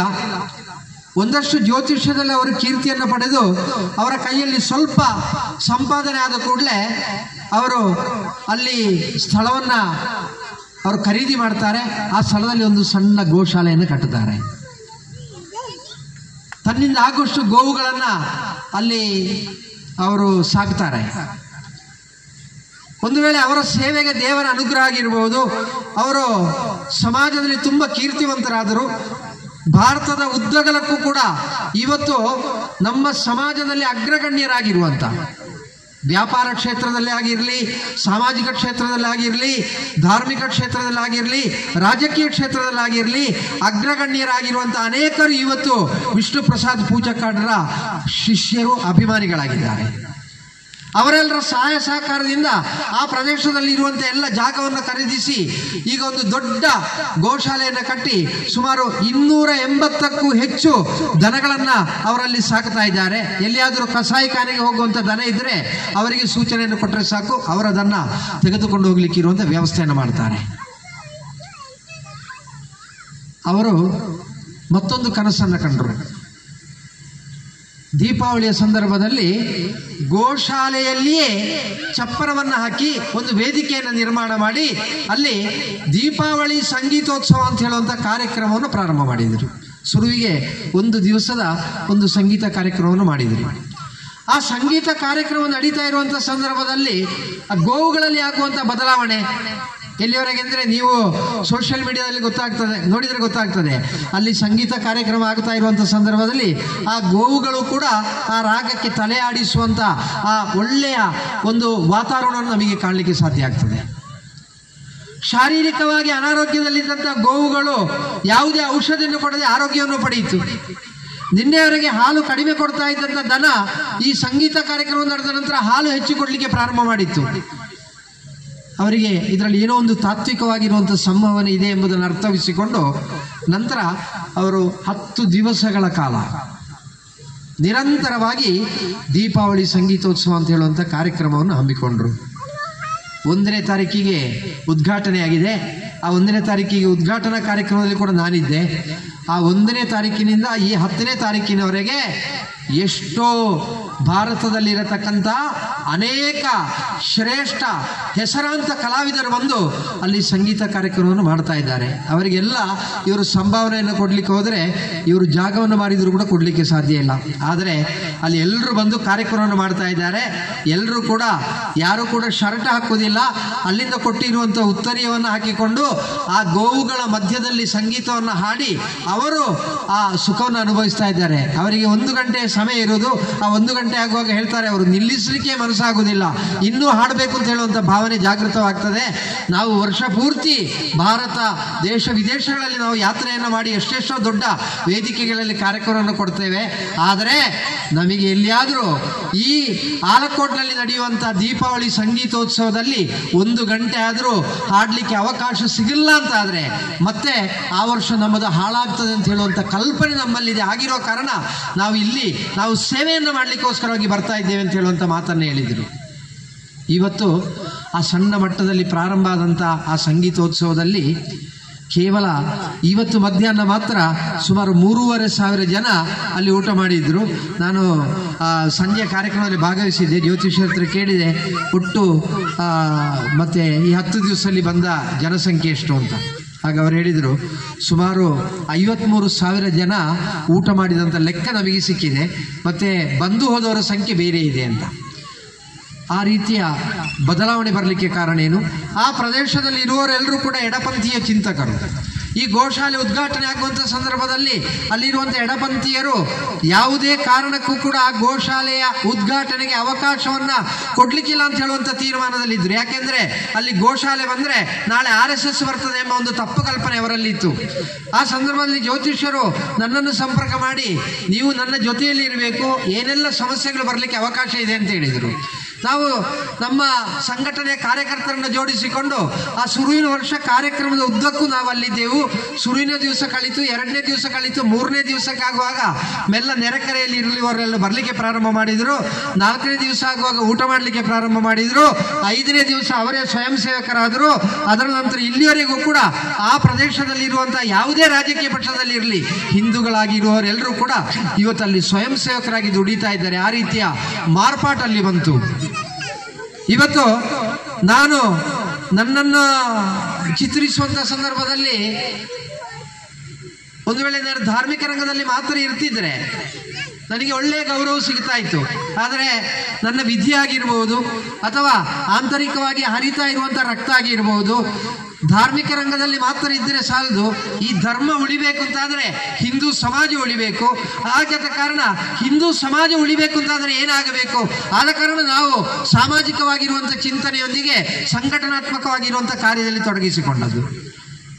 ಇವತ್ತು ಸಂಘಟನೆ ಎಲ್ರಿಗೂ ಕೂಡ ನಾವು ಪ್ರೀತಿ ಪಾತ್ರರಾಗಿದ್ದರೂ ಕೂಡ ಬಾಕಿ ಕೆಲವರಿಗೆ ನಮ್ಮನ್ನು ಕಾಣುವಂಥ ಸಂದರ್ಭದಲ್ಲಿ ಯಾರೋ ಶತ್ರುಗಳನ್ನು ಕಂಡಂಥ ಭಾವನೆ ಬರ್ತದೆ. ಅವರು ನಮ್ಮನ್ನು ಮಾತನಾಡಿಸದೆ ಮುಖ ತಿರುಗಿಸಿ ಹೋಗುವಂಥ ವಾತಾವರಣ ನಿರ್ಮಾಣ ಆಗ್ತದೆ. ಕೇರಳದಲ್ಲಿ ಇಂಥ ಚಿಂತನೆಗಳು ಹೆಚ್ಚು ಜಾಗೃತವಾಗಿರುವಂಥದ್ದೇ. ಆದರೆ ಆ ರೀತಿ ಮುಖ ತಿರುಗಿಸ್ತಾ ಇದ್ದಂಥವರೆಲ್ಲರೂ ಕೂಡ ಇವತ್ತು ನಮ್ಮ ಜೊತೆಯಲ್ಲೂ ಕೂಡ ಪ್ರೀತಿಯನ್ನು ಹಂಚಿಕೊಳ್ತಾರೆ, ಆ ಕಾರ್ಯಕ್ರಮದಲ್ಲಿ ಭಾಗವಹಿಸ್ತಾ ಇದ್ದಾರೆ ಅಂತ ಆದರೆ ಹಿಂದೂ ಧರ್ಮದ ಆಂತರಿಕವಾಗಿರುವಂಥ ತತ್ವವೇನು, ಅದೇ ರೀತಿ ಆ ಗೋಶಾಲೆಯನ್ನು ನಿರ್ಮಾಣ ಮಾಡಿದಂಥ ವ್ಯಕ್ತಿಯ ಆ ತ್ಯಾಗದ ಸಮರ್ಪಣೆಗೆ ಸಿಕ್ಕಿರುವಂಥ ಫಲಿತಾಂಶ ಏನು ಎಂಬುದನ್ನು ನಾವು ಅರ್ಥವಿಸಿಕೊಳ್ಳಬೇಕು. ಇದು ಕೇವಲ ಒಂದು ಗೋವಿನ ಪೂಜೆಯನ್ನು ಮಾಡುವುದರ ಮುಖಾಂತರ ಬಂದಿರುವಂಥ ಫಲಿತಾಂಶ. ಈ ರೀತಿ ಹಿಂದೂ ಧರ್ಮದಲ್ಲಿ ಆಂತರಿಕವಾಗಿರುವಂಥ ಎಲ್ಲ ಆಚರಣೆಗಳು ಕೂಡ ಅದು ಅತ್ಯಂತ ತಾತ್ವಿಕವಾಗಿರುವಂಥದ್ದು, ಸಮಾಜಕ್ಕೆ ಪುಷ್ಟಿಯನ್ನು ಕೊಡುವಂಥದ್ದು, ಸಮಾಜದಲ್ಲಿ ಪರಿವರ್ತನೆಗೆ ಬೇಕಾಗಿರುವಂಥ ಪೂರ್ಣವಾಗಿರುವಂಥ ಶಕ್ತಿಯನ್ನು ಒದಗಿಸಿಕೊಡುವಂಥದ್ದು. ನಮ್ಮ ಕಾಸರಗೋಡು ಜಿಲ್ಲೆಯಲ್ಲಿ ಇರುವಂಥ ಬೋವಿಕಾನ ಎಂಬ ಪ್ರದೇಶದಲ್ಲಿ ಎಲ್ಲ ಸುತ್ತಮುತ್ತ ಪೂರ್ತಿ ಕಮ್ಯುನಿಸ್ಟರೇ ತುಂಬಿರುವಂಥ ಒಂದು ಪ್ರದೇಶ ಅದು. ಆದರೆ ಅಲ್ಲಿರುವಂಥ ಸಂಘಟನೆಯ ಕಾರ್ಯಕರ್ತರು ತೀರ್ಮಾನ ಮಾಡ್ತಾರೆ, ಬಾಲಗೋಕುಲದ ಬಗ್ಗೆ ಅತ್ಯಂತ ಅಪಪ್ರಚಾರ ಕೇರಳದಲ್ಲಿ ನಡೀತದೆ. ಕೇರಳದಲ್ಲಿರತಕ್ಕಂಥ ಎಲ್ಲ ರಾಜಕೀಯ ನೇತಾರರು, ರಾಷ್ಟ್ರೀಯ ಸ್ವಯಂ ಸೇವಕ ಸಂಘದ ನೇತೃತ್ವದ ಅಲ್ಲಿ ನಡೆಯುವಂಥ ಬಾಲಗೋಕುಲ ಎಂದರೆ ಹಿಂದೂ ಉಗ್ರಗಾಮಿಗಳನ್ನ ತಯಾರು ಮಾಡುವಂಥ ಕಾರ್ಖಾನೆ ಅಂತ ಅಲ್ಲಿ ಅಪಪ್ರಚಾರವನ್ನು ಮಾಡ್ತಾ ಇದ್ರು. ಆಗ ಸಂಘಟನೆ ಹಿರಿಯರು ತೀರ್ಮಾನ ಮಾಡ್ತಾರೆ, ಬೋವಿಕಾನದಲ್ಲಿ ಕೂಡ ನಾವು ಒಂದು ಬಾಲಗೋಕುಲವನ್ನು ಪ್ರಾರಂಭ ಮಾಡಬೇಕು, ತನ್ಮೂಲಕವಾಗಿ ಬಾಲಗೋಕುಲದಲ್ಲಿ ಏನು ನಡೀತಾ ಇದೆ ಎಂಬುದು ಸಮಾಜಕ್ಕೆ ತಿಳಿಬೇಕು ಎಂಬ ತೀರ್ಮಾನವನ್ನು ಮಾಡಿದರು. ಹಾಗೆ ಬಾಲಗೋಕುಲ ಪ್ರಾರಂಭ ಆಯಿತು. ಒಂದು ಸಂಘಟನೆಯಲ್ಲಿರುವಂಥ 5-10 ವಿದ್ಯಾರ್ಥಿನಿಯರು ಬರ್ತಾ ಇದ್ದರು. ಮತ್ತು ಆ ಮಕ್ಕಳ ಜೊತೆಯಲ್ಲಿ ಶಾಲೆಯಲ್ಲಿ ತರಗತಿಯಲ್ಲಿ ಜೊತೆಯಲ್ಲಿ ಇರುವಂಥ ಮಕ್ಕಳು, ಆ ಮಕ್ಕಳು ಬೇರೆ ಬೇರೆ ರಾಜಕೀಯ ಚಿಂತನೆ ಇರುವಂಥ ಕುಟುಂಬದಿಂದ ಬಂದವರಾಗಿದ್ದರೂ ಕೂಡ ಇವರ ವಿಚಾರಗಳನ್ನು ಕೇಳಿ ಅವರ ಮನೆಯಲ್ಲಿ ಹೋಗಿ ಆ ಬಾಲಗೋಕುಲದ ಮಕ್ಕಳು ಹೀಗಿದ್ದಾರೆ, ಅವರು ತುಂಬ ಚುರುಕಾಗಿದ್ದಾರೆ, ಅವರಿಗೆಲ್ಲ ವಿಚಾರ ಗೊತ್ತಿದೆ ಅಂತ ಹೇಳುವಾಗ ಒಂದಷ್ಟು ಮನೆಯಲ್ಲಿರುವಂಥ ತಾಯಂದಿರ ಮನಪರಿವರ್ತನೆ ಆಯಿತು. ಆ ತಾಯಂದಿರು ತಮ್ಮ ಮಕ್ಕಳನ್ನು ಬಾಲಗೋಕುಲಕ್ಕೆ ಸೇರಿಸುವಂಥ ಪ್ರಯತ್ನವನ್ನು ಮಾಡಿದರು. ತಾಯಂದಿರು ಬಾಲಗೋಕುಲಕ್ಕೆ ಮಕ್ಕಳನ್ನು ಕರೆದುಕೊಂಡು ಬರುವಾಗ ಅವರು ಕೂಡ ಬಂದರು. ಅವರಿಗೂ ಗೊತ್ತಾಯ್ತು ಈ ಬಾಲಗೋಕುಲದಲ್ಲಿ ಏನು ನಡೀತಾ ಇದೆ ಅಂತ. ಮನೆಯಲ್ಲಿ ಹೋಗಿ ತಮ್ಮ ಮನೆಯ ಗಂಡಸರ ಹತ್ರ ಹೇಳಿದರು, ನೀವು ಹೇಳಿದ ಹಾಗೆ ಅಲ್ಲ, ಬಾಲಗೋಕುಲ ಅಂತ ಹೇಳಿದರೆ ನಿಜವಾಗಿ ನಾವು ಹಿಂದೂಗಳಾಗಿ ಹುಟ್ಟಿ ಮಾಡಬೇಕಾದ್ದು ಏನೆಂಬುದನ್ನು ಮಾತ್ರ ಬೋಧಿಸ್ತಾ ಇದೆ. ಅಲ್ಲಿ ಎಲ್ಲಿಯೂ ಕೂಡ ಯಾವುದೇ ರಾಜಕೀಯ ಪಕ್ಷದ ಹೆಸರನ್ನು ಎತ್ತುವುದಿಲ್ಲ, ಯಾರನ್ನು ಕೂಡ ವಿರೋಧಿಸುವಂಥ ವಿಚಾರಗಳನ್ನು ಬೋಧಿಸುವುದಿಲ್ಲ, ಬದಲಾಗಿ ನಾವು ಮಾಡಬೇಕಾದ್ದು ಏನೆಂಬುದನ್ನು ಮಾತ್ರ ಬೋಧಿಸ್ತಾರೆ ಅಂತ ಹೇಳುವ ವಿಚಾರಗಳನ್ನು ತಮ್ಮ ಮನೆಯ ಗಂಡಸರಿಗೆ ಅವರು ಅರ್ಥೈಸಿಕೊಟ್ರು. ಮನೆಯ ಗಂಡಸರು ನೇರ ಬಾಲಗೋಕುಲದ ಕಾರ್ಯಕ್ರಮಕ್ಕೆ ಬರದಿದ್ದರೂ ಕೂಡ ಸಂಘಟಕರ ಪ್ರಯತ್ನದಿಂದ ವರ್ಷಕ್ಕೊಮ್ಮೆ ತೀರ್ಥಕ್ಷೇತ್ರ ಯಾತ್ರೆ ಅಂತ ಹೇಳುವಂಥ ಕಾರ್ಯಕ್ರಮವನ್ನು ಹಮ್ಮಿಕೊಳ್ತಾರೆ. ಆ ಸಂದರ್ಭದಲ್ಲಿ ಈ ಪುಟ್ಟ ಮಕ್ಕಳ ಜೊತೆಯಲ್ಲಿ ಆ ಮನೆಯ ತಾಯಂದಿರ ಜೊತೆಯಲ್ಲಿ ಗಂಡಸರು ಕೂಡ ಬರ್ತಾರೆ. ಆದ್ದರಿಂದ ಇವತ್ತು ಬೋವಿಕಾನ ಎಂಬ ಪ್ರದೇಶದಲ್ಲಿ ಇಡೀ ಕೇರಳ ರಾಜ್ಯದಲ್ಲಿ ಶ್ರೀಕೃಷ್ಣ ಜನ್ಮಾಷ್ಟಮಿಯ ಸಂದರ್ಭದಲ್ಲಿ ಅತ್ಯಂತ ವೈಭವೋಪೇತವಾಗಿ ನಡೆಯುವಂಥ ಬಾಲಗೋಕುಲದ ಕಾರ್ಯಕ್ರಮ ನಡೀತಾ ಇರುವಂಥದ್ದು. ಬೋವಿಕಾನದಲ್ಲಿ 4 ರಸ್ತೆಗಳಿಂದ ಮೆರವಣಿಗೆಯಲ್ಲಿ ಬರುವಂಥ ಶ್ರೀಕೃಷ್ಣ ರಾಧಿಕೆಯ ವೇಷಧಾರಿಗಳಾಗಿರುವಂಥ ಮಕ್ಕಳು ಮತ್ತು ಆ ಮೆರವಣಿಗೆಯಲ್ಲಿ ತುಂಬಿರುವಂಥ ಬಂಧುಗಳು ಸಮಾಗಮ ಆಗುವಂಥ ಒಂದು ಪ್ರದೇಶ ಬೋವಿಕಾನ ಎಂಬ ಒಂದು ಸಣ್ಣ ಪೇಟೆ. ಆ ಪೇಟೆಯಲ್ಲಿ ಇಡೀ ರಾಜ್ಯದಲ್ಲಿ ಅತ್ಯಂತ ದೊಡ್ಡ ಕಾರ್ಯಕ್ರಮ ನಡೀತಾ ಇದೆ. ಇವತ್ತು ಸಂಘಟನೆಗೆ ಅಲ್ಲಿ ತಲೆ ಎತ್ತಿ ನಿಲ್ಲಿಕ್ಕಿರುವಂಥ ಅವಕಾಶ ಸಿಕ್ಕಿದೆ. ಒಂದು ವೇಳೆ ಬೇರೆ ಬೇರೆ ರಾಜಕೀಯ ಚಿಂತನೆ ಇರುವವರು ಕೂಡ ಬಾಲಗೋಕುಲವನ್ನು ವಿರೋಧಿಸುವುದಿಲ್ಲ, ತನ್ಮೂಲಕವಾಗಿ ರಾಷ್ಟ್ರೀಯ ಸ್ವಯಂ ಸೇವಕ ಸಂಘವನ್ನು ಕೂಡ ವಿರೋಧಿಸಿದಂಥ ಪರಿಸ್ಥಿತಿ ನಿರ್ಮಾಣ ಆಗಿದೆ. ಕಾರಣ ಏನು? ಬಾಲಗೋಕುಲದಲ್ಲಿ ಬೇರೆ ಏನನ್ನು ಹೇಳಿಕೊಡ್ತಾ ಇಲ್ಲ. ತಮಗೆಲ್ಲ ಗೊತ್ತಿದೆ, ಇಲ್ಲಿಯೂ ಕೂಡ ಬಾಲಗೋಕುಲದ ತರಗತಿಗಳು ನಡೀತಾ ಇರಬಹುದು. ಆ ಮಕ್ಕಳಿಗೆ ಬೇಕಾಗಿರುವಂಥ ಸಂಸ್ಕಾರ, ಆ ಮಕ್ಕಳು ನಡಿಬೇಕಾದಂಥ ದಾರಿ, ಭವಿಷ್ಯತ್ತಿನಲ್ಲಿ ಈ ದೇಶದ ಸತ್ಪ್ರಜೆಗಳಾಗಿರಬೇಕು ಅಂತಾದರೆ ನಮ್ಮಲ್ಲಿ ಏನಿರಬೇಕು ಎಂಬ ಒಂದು ಪೂರ್ಣವಾಗಿರುವಂಥ ಚಿಂತನೆಯನ್ನು ಜಾಗೃತಗೊಳಿಸಲಿಕ್ಕೆ ಪೂರಕವಾಗಿರುವಂಥ ಸಂದೇಶವನ್ನು ಮಾತ್ರ ಸಾರ್ತೇವೆ. ನಾನು ಈ ಕಾರ್ಯಕ್ರಮದಲ್ಲಿ ಭಾಗವಹಿಸುವುದಕ್ಕಿಂತ ಮುಂಚೆ ಪೂಜ್ಯ ಎಡನೀರು ಮಠಾಧಿಪತಿಗಳಾಗಿರುವಂಥ ಶ್ರೀ ಶ್ರೀ ಶ್ರೀ ಸಚ್ಚಿದಾನಂದ ಭಾರತಿ ಶ್ರೀಪಾದಂಗಳವರ ಕಾರಿಗೆ ಇತ್ತೀಚೆಗೆ ಒಂದಷ್ಟು ದುಷ್ಟ ಜಂತುಗಳು ಆಕ್ರಮಣವನ್ನು ಮಾಡ್ತಾರೆ. ಆ ಆಕ್ರಮಣ ಮಾಡಿದವರ ವಿರುದ್ಧ ಪೊಲೀಸ್ ಇಲಾಖೆ ಕೇಸನ್ನು ತೆಗೆದುಕೊಳ್ಳುವುದಿಲ್ಲ. ಬದಲಾಗಿ ಅಲ್ಲಿ ಒಂದು ಸೈಕಲ್ ರೇಸ್ ಮಾರಥಾನ್ ಓಟ ನಡೀತಾ ಇತ್ತು. ಆ ಕಾರ್ಯಕ್ರಮದ ಸಂಘಾಟಕರು ಮತ್ತು ಅದು ಬೋವಿಕಾನ ಪ್ರದೇಶ ಆಗಿರುವ ಕಾರಣ ಆ ಪಂಚಾಯತಿನ ಅಧ್ಯಕ್ಷರು ಬಂದು ಸ್ವಾಮೀಜಿಯವರ ಹತ್ರ ಕ್ಷಮಾಯಾಚನೆಯನ್ನು ಮಾಡ್ತಾರೆ. ನಾವು ಸಂಘಟನೆಯ ಪ್ರಮುಖರು ಹೋಗಿ ಸ್ವಾಮೀಜಿಯವರನ್ನು ಭೇಟಿಯಾದೆವು. ಭೇಟಿಯಾಗಿ ಈ ಆಗಿರುವಂಥ ಘಟನೆಯ ಬಗ್ಗೆ ತಮ್ಮ ಅಭಿಪ್ರಾಯ ಏನು? ಆಗ ಅವರು ನೇರವಾಗಿ ಹೇಳಿದರು, ನಾನು ಆ ದಾರಿಯಲ್ಲಿ ಪ್ರಯಾಣ ಮಾಡುವಂಥ ಸಂದರ್ಭದಲ್ಲಿ ಪೊಲೀಸರಿಲ್ಲಾಯಿತು.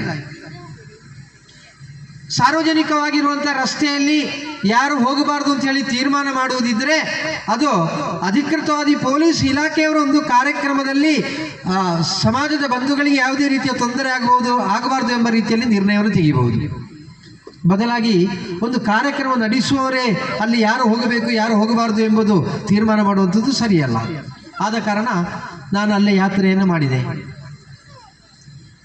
ಯಾತ್ರೆಯನ್ನು ನಾನು ಹೋಗುವಂಥ ಸಂದರ್ಭದಲ್ಲಿ ತೊಂದರೆ ಆಗಿಲ್ಲ, ಬರುವಂಥ ಸಂದರ್ಭದಲ್ಲಿ ನನ್ನನ್ನು ಅವರು ಆಕ್ರಮಿಸಿದರು. ಆಕ್ರಮಿಸಿ ಬಂದ ಕೂಡಲೇ ನಾನು ಪೊಲೀಸ್ ಇಲಾಖೆಯ ಅಧಿಕೃತರಿಗೆ SP ಅವರಿಗೆ ನಾನು ಸೂಚನೆಯನ್ನು ಕೊಟ್ಟೆ, ಹೀಗೆ ಆಗಿದೆ ಅಂತ. ಕೂಡಲೇ SP ಅವರು ನನ್ನ ಹತ್ರ ಪ್ರಶ್ನಿಸಿದರು, ನೀವು ಕೇಸ್ ಮಾಡ್ತೀರಾ ಅಂತ. ನನಗೆ ಅದರ ಅಗತ್ಯ ಇಲ್ಲ ಅಂತ ಸ್ವಾಮೀಜಿಯವರು ಹೇಳಿದರು. ನಾವು ಅರ್ಥವಿಸಿಕೊಳ್ಬೇಕು, ಸ್ವಾಮೀಜಿಯವರು ನಮಗೆ ಆದರೆ ಕುಟುಂಬ ಇದೆ, ಸ್ವಾಮೀಜಿಯವರಿಗೆ ಕುಟುಂಬ ಇಲ್ಲ. ಅವರು ಸನ್ಯಾಸಿಗಳು, ಸರ್ವಸಂಘ ಪರಿತ್ಯಾಗಿಗಳಾಗಿರುವಂಥ ಅವರು ಜೀವನದ ದಿನಚರಿಯಲ್ಲಿ ಏನೇ ಕಾರ್ಯ ಮಾಡ್ತಾ ಇದ್ರು ಕೂಡ ಅದು ನನ್ನ ಮತ್ತು ನಿಮ್ಮ ಒಳಿತಿಗೋಸ್ಕರವಾಗಿ, ಈ ಸಮಾಜದ ಒಳಿತಿಗೋಸ್ಕರವಾಗಿ ಅವರು ಮಾಡ್ತಾ ಇರುವಂಥದ್ದು. ಅವರು ನೇರ ಯಾಕೆ ಕಂಪ್ಲೇಂಟನ್ನು ಕೊಡ್ತಾರೆ? ಒಂದು, ಈ ನಡೆದಿರುವಂಥ ಘಟನೆಯ ಗೌರವವನ್ನು ಅರ್ಥವಿಸಿಕೊಂಡು ಪೊಲೀಸ್ ಇಲಾಖೆ ಕೇಸ್ ತೆಗಿಬೇಕು. ಪೊಲೀಸ್ ಇಲಾಖೆ ಕೇಸ್ ತೆಗಿಲಿಕ್ಕೆ ತಯಾರಾಗಲ್ಲ. ಅದನ್ನು ಸೂಚ್ಯವಾಗಿ ಸ್ವಾಮೀಜಿಯವರು ಹೇಳಿದರು. ಅರ್ಥ, ಸಂಘಟನೆಯವರು ಇದನ್ನು ಕೈಗೆತ್ತಿಕೊಳ್ಳಬೇಕು ಎಂಬುದನ್ನು ಅವರು ನೇರವಾಗಿ ಯಾವತ್ತೂ ಕೂಡ ಹೇಳಲಿಕ್ಕಿಲ್ಲ.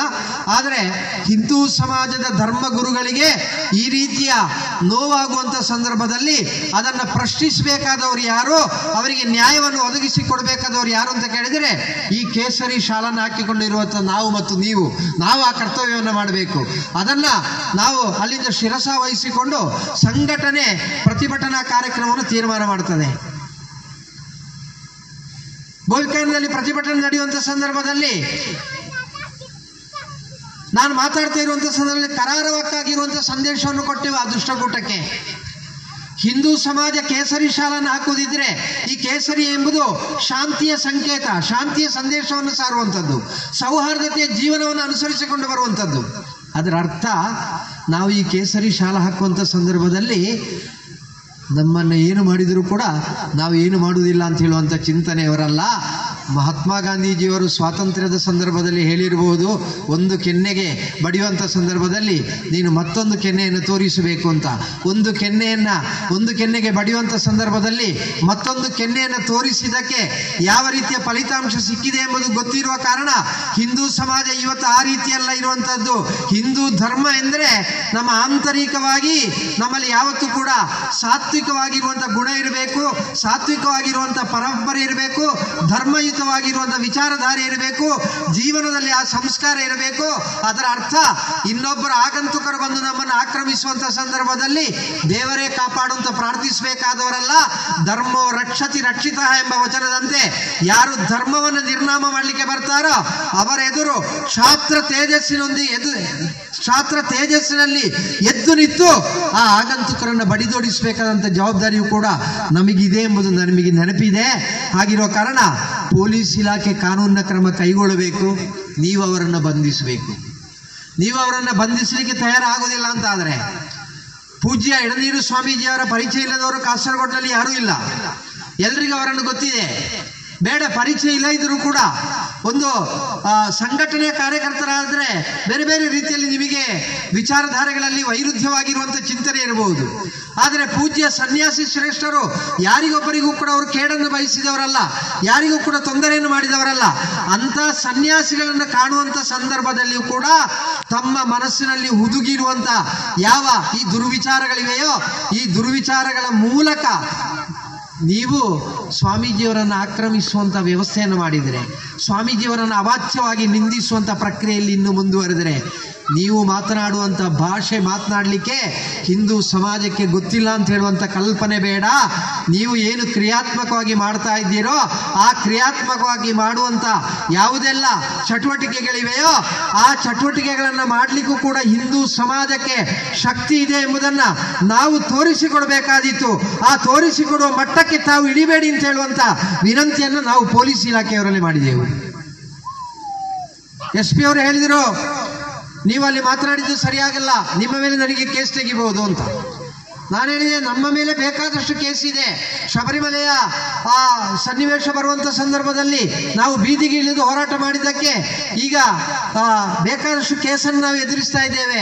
ಸಂಘಟನೆಯ ಕಾರ್ಯಕರ್ತರಿಗೆ ಕೇಸು ಹೊಸ್ತೇನಲ್ಲ, ನಮಗೆ ಜೈಲು ವಾಸ ಹೊಸ್ತೇನಲ್ಲ.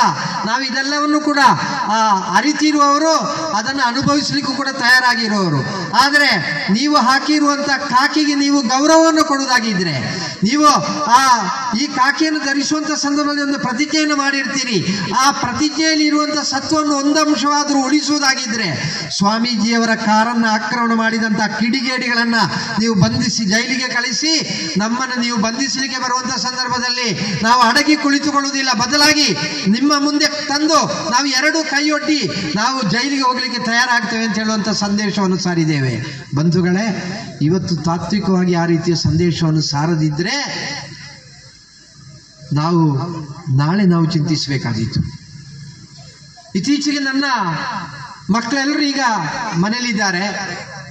ಮಾತನಾಡುವಾಗ ಹೀಗೆ ನಾವು ಲೋಕಾಭಿರಾಮವಾಗಿ ಮಾತನಾಡ್ತಿದ್ದೀವಿ. ನನಗೆ ಸಮಯ ಸಿಗುವುದೇ ಬಹಳ ಕಡಿಮೆ. ಆ ಸಿಗುವಂಥ ಸಂದರ್ಭದಲ್ಲಿ ಒಂದಷ್ಟು ಕೌಟುಂಬಿಕವಾಗಿ ನಾವು ಒಳ್ಳೊಳ್ಳೆ ವಿಚಾರಗಳನ್ನು ಚರ್ಚೆ ಮಾಡ್ತಾ ಇರ್ತೇವೆ.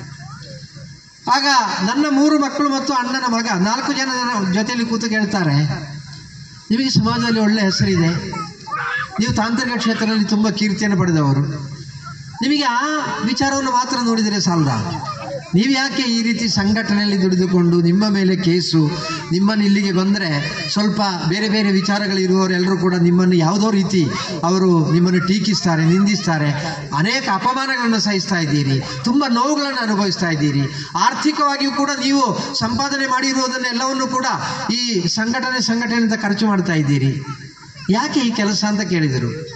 ನಾನು ಕೂಡಲೇ ಒಂದು ಉತ್ತರ ಕೊಟ್ಟೆ, ಮಕ್ಕಳೇ, ನಿಮಗೆ ಇವತ್ತು ಅರ್ಥ ಆಗುವುದಿಲ್ಲ, ಆದರೆ ನಾಳೆ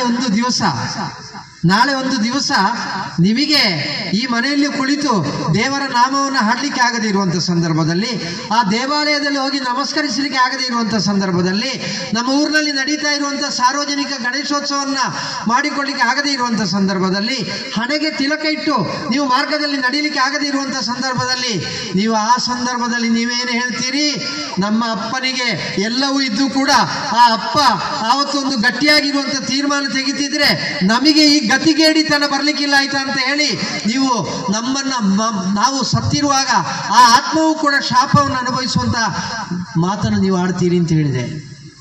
ಕೂಡಲೇ ಆ ಮಕ್ಕಳು ನನ್ನನ್ನು ಎದ್ದು ನಿಂತು ಗೌರವಿಸಿದರು. ಸರಿಯಾಗಿರೋ ಮಾತು. ನಾವು ಅರ್ಥವಿಸಿಕೊಡ್ಬೇಕು ನಮ್ಮ ಮಕ್ಕಳಿಗೆ, ನಮ್ಮ ಸಮಾಜಕ್ಕೆ ನಾವು ಅರ್ಥವಿಸಿಕೊಡಬೇಕು. ಇವತ್ತು ನಾವು ಮಾಡ್ತಾ ಇರುವಂಥ ಚಟುವಟಿಕೆಯನ್ನು ಗಮನಿಸುವಾಗ ಎಲ್ಲ ಕಡೆಯೂ ಕೂಡ ಇದ್ದಾರೆ ಹಿಂದೂ. ನನಗೆ ತುಂಬ ಮತ್ತೆ ಈ ವೇದಿಕೆಯಲ್ಲಿ ಕುಳಿತುಕೊಳ್ಳುವಂಥ ಸಂದರ್ಭದಲ್ಲಿ ಆದ ಸಂತೋಷ ಯಾವುದೆಂದರೆ, ಈ ಕಾರ್ಯಕ್ರಮದ ಸಂಘಾಟಕರಾಗಿರುವವರನ್ನು ಎಲ್ಲರನ್ನು ಕೂಡ ನಿರೂಪಕರು ಪರಿಚಯಿಸಿದರು.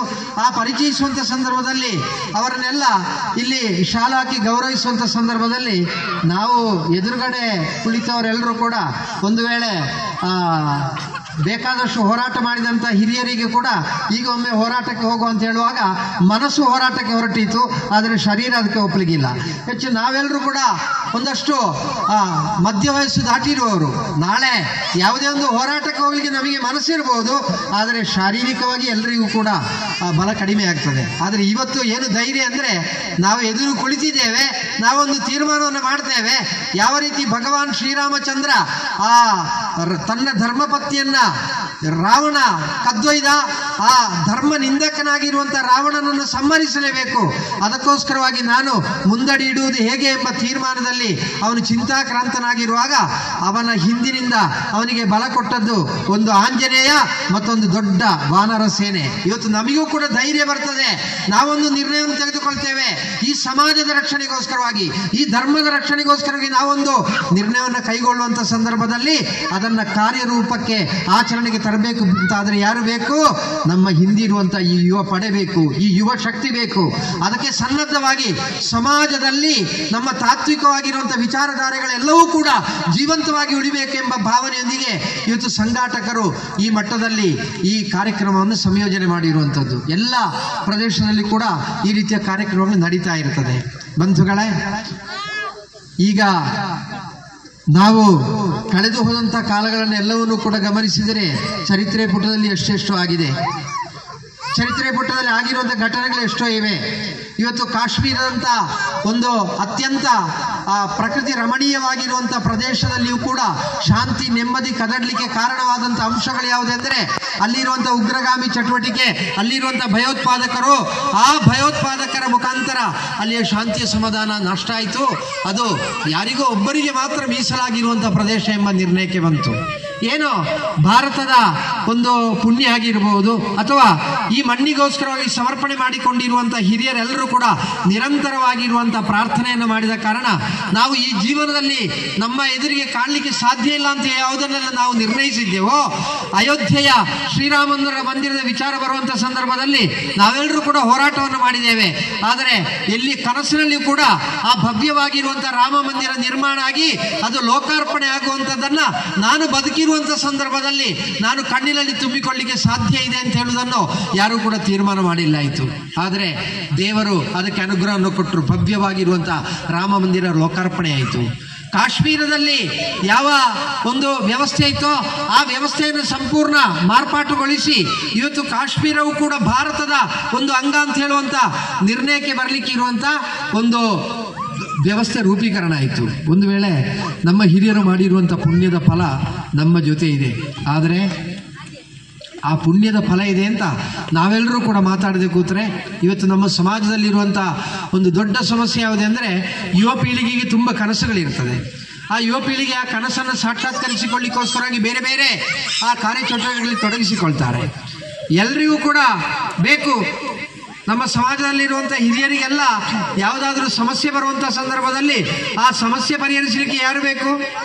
ಸಂಘಟನೆ ಬೇಕು. ನನ್ನ ಜೀವನದ ಅನುಭವ, ಲವ್ ಜಿಹಾದ್ನಲ್ಲಿ ಒಂದು ಹೆಣ್ಣು ಮಗಳು ಕಾಣೆಯಾದ್ಲು ಅಂತ ಆದ ಕೂಡಲೇ ನಮಗೆ ಕರೆದು ಹೇಳುವವರು 1000 ಜನ. ನೋಡಿ, ಹೀಗೆ ಒಂದು ಹೆಣ್ಣು ಮಗಳು ಹೋಗಿದ್ದಾಳೆ, ಅದಕ್ಕೆ ಬೇಕಾದ ವ್ಯವಸ್ಥೆ ಮಾಡಿ ಅಂತ. ನಾನು ಕರಾರುವಾಕ್ಕಾಗಿ ನನಗೆ ವ್ಯವಸ್ಥೆ ಮಾಡಿ ಅಂತ ಹೇಳಿದವರಿಗೆ ಉತ್ತರವನ್ನು ಕೊಟ್ಟಿದ್ದೇನೆ.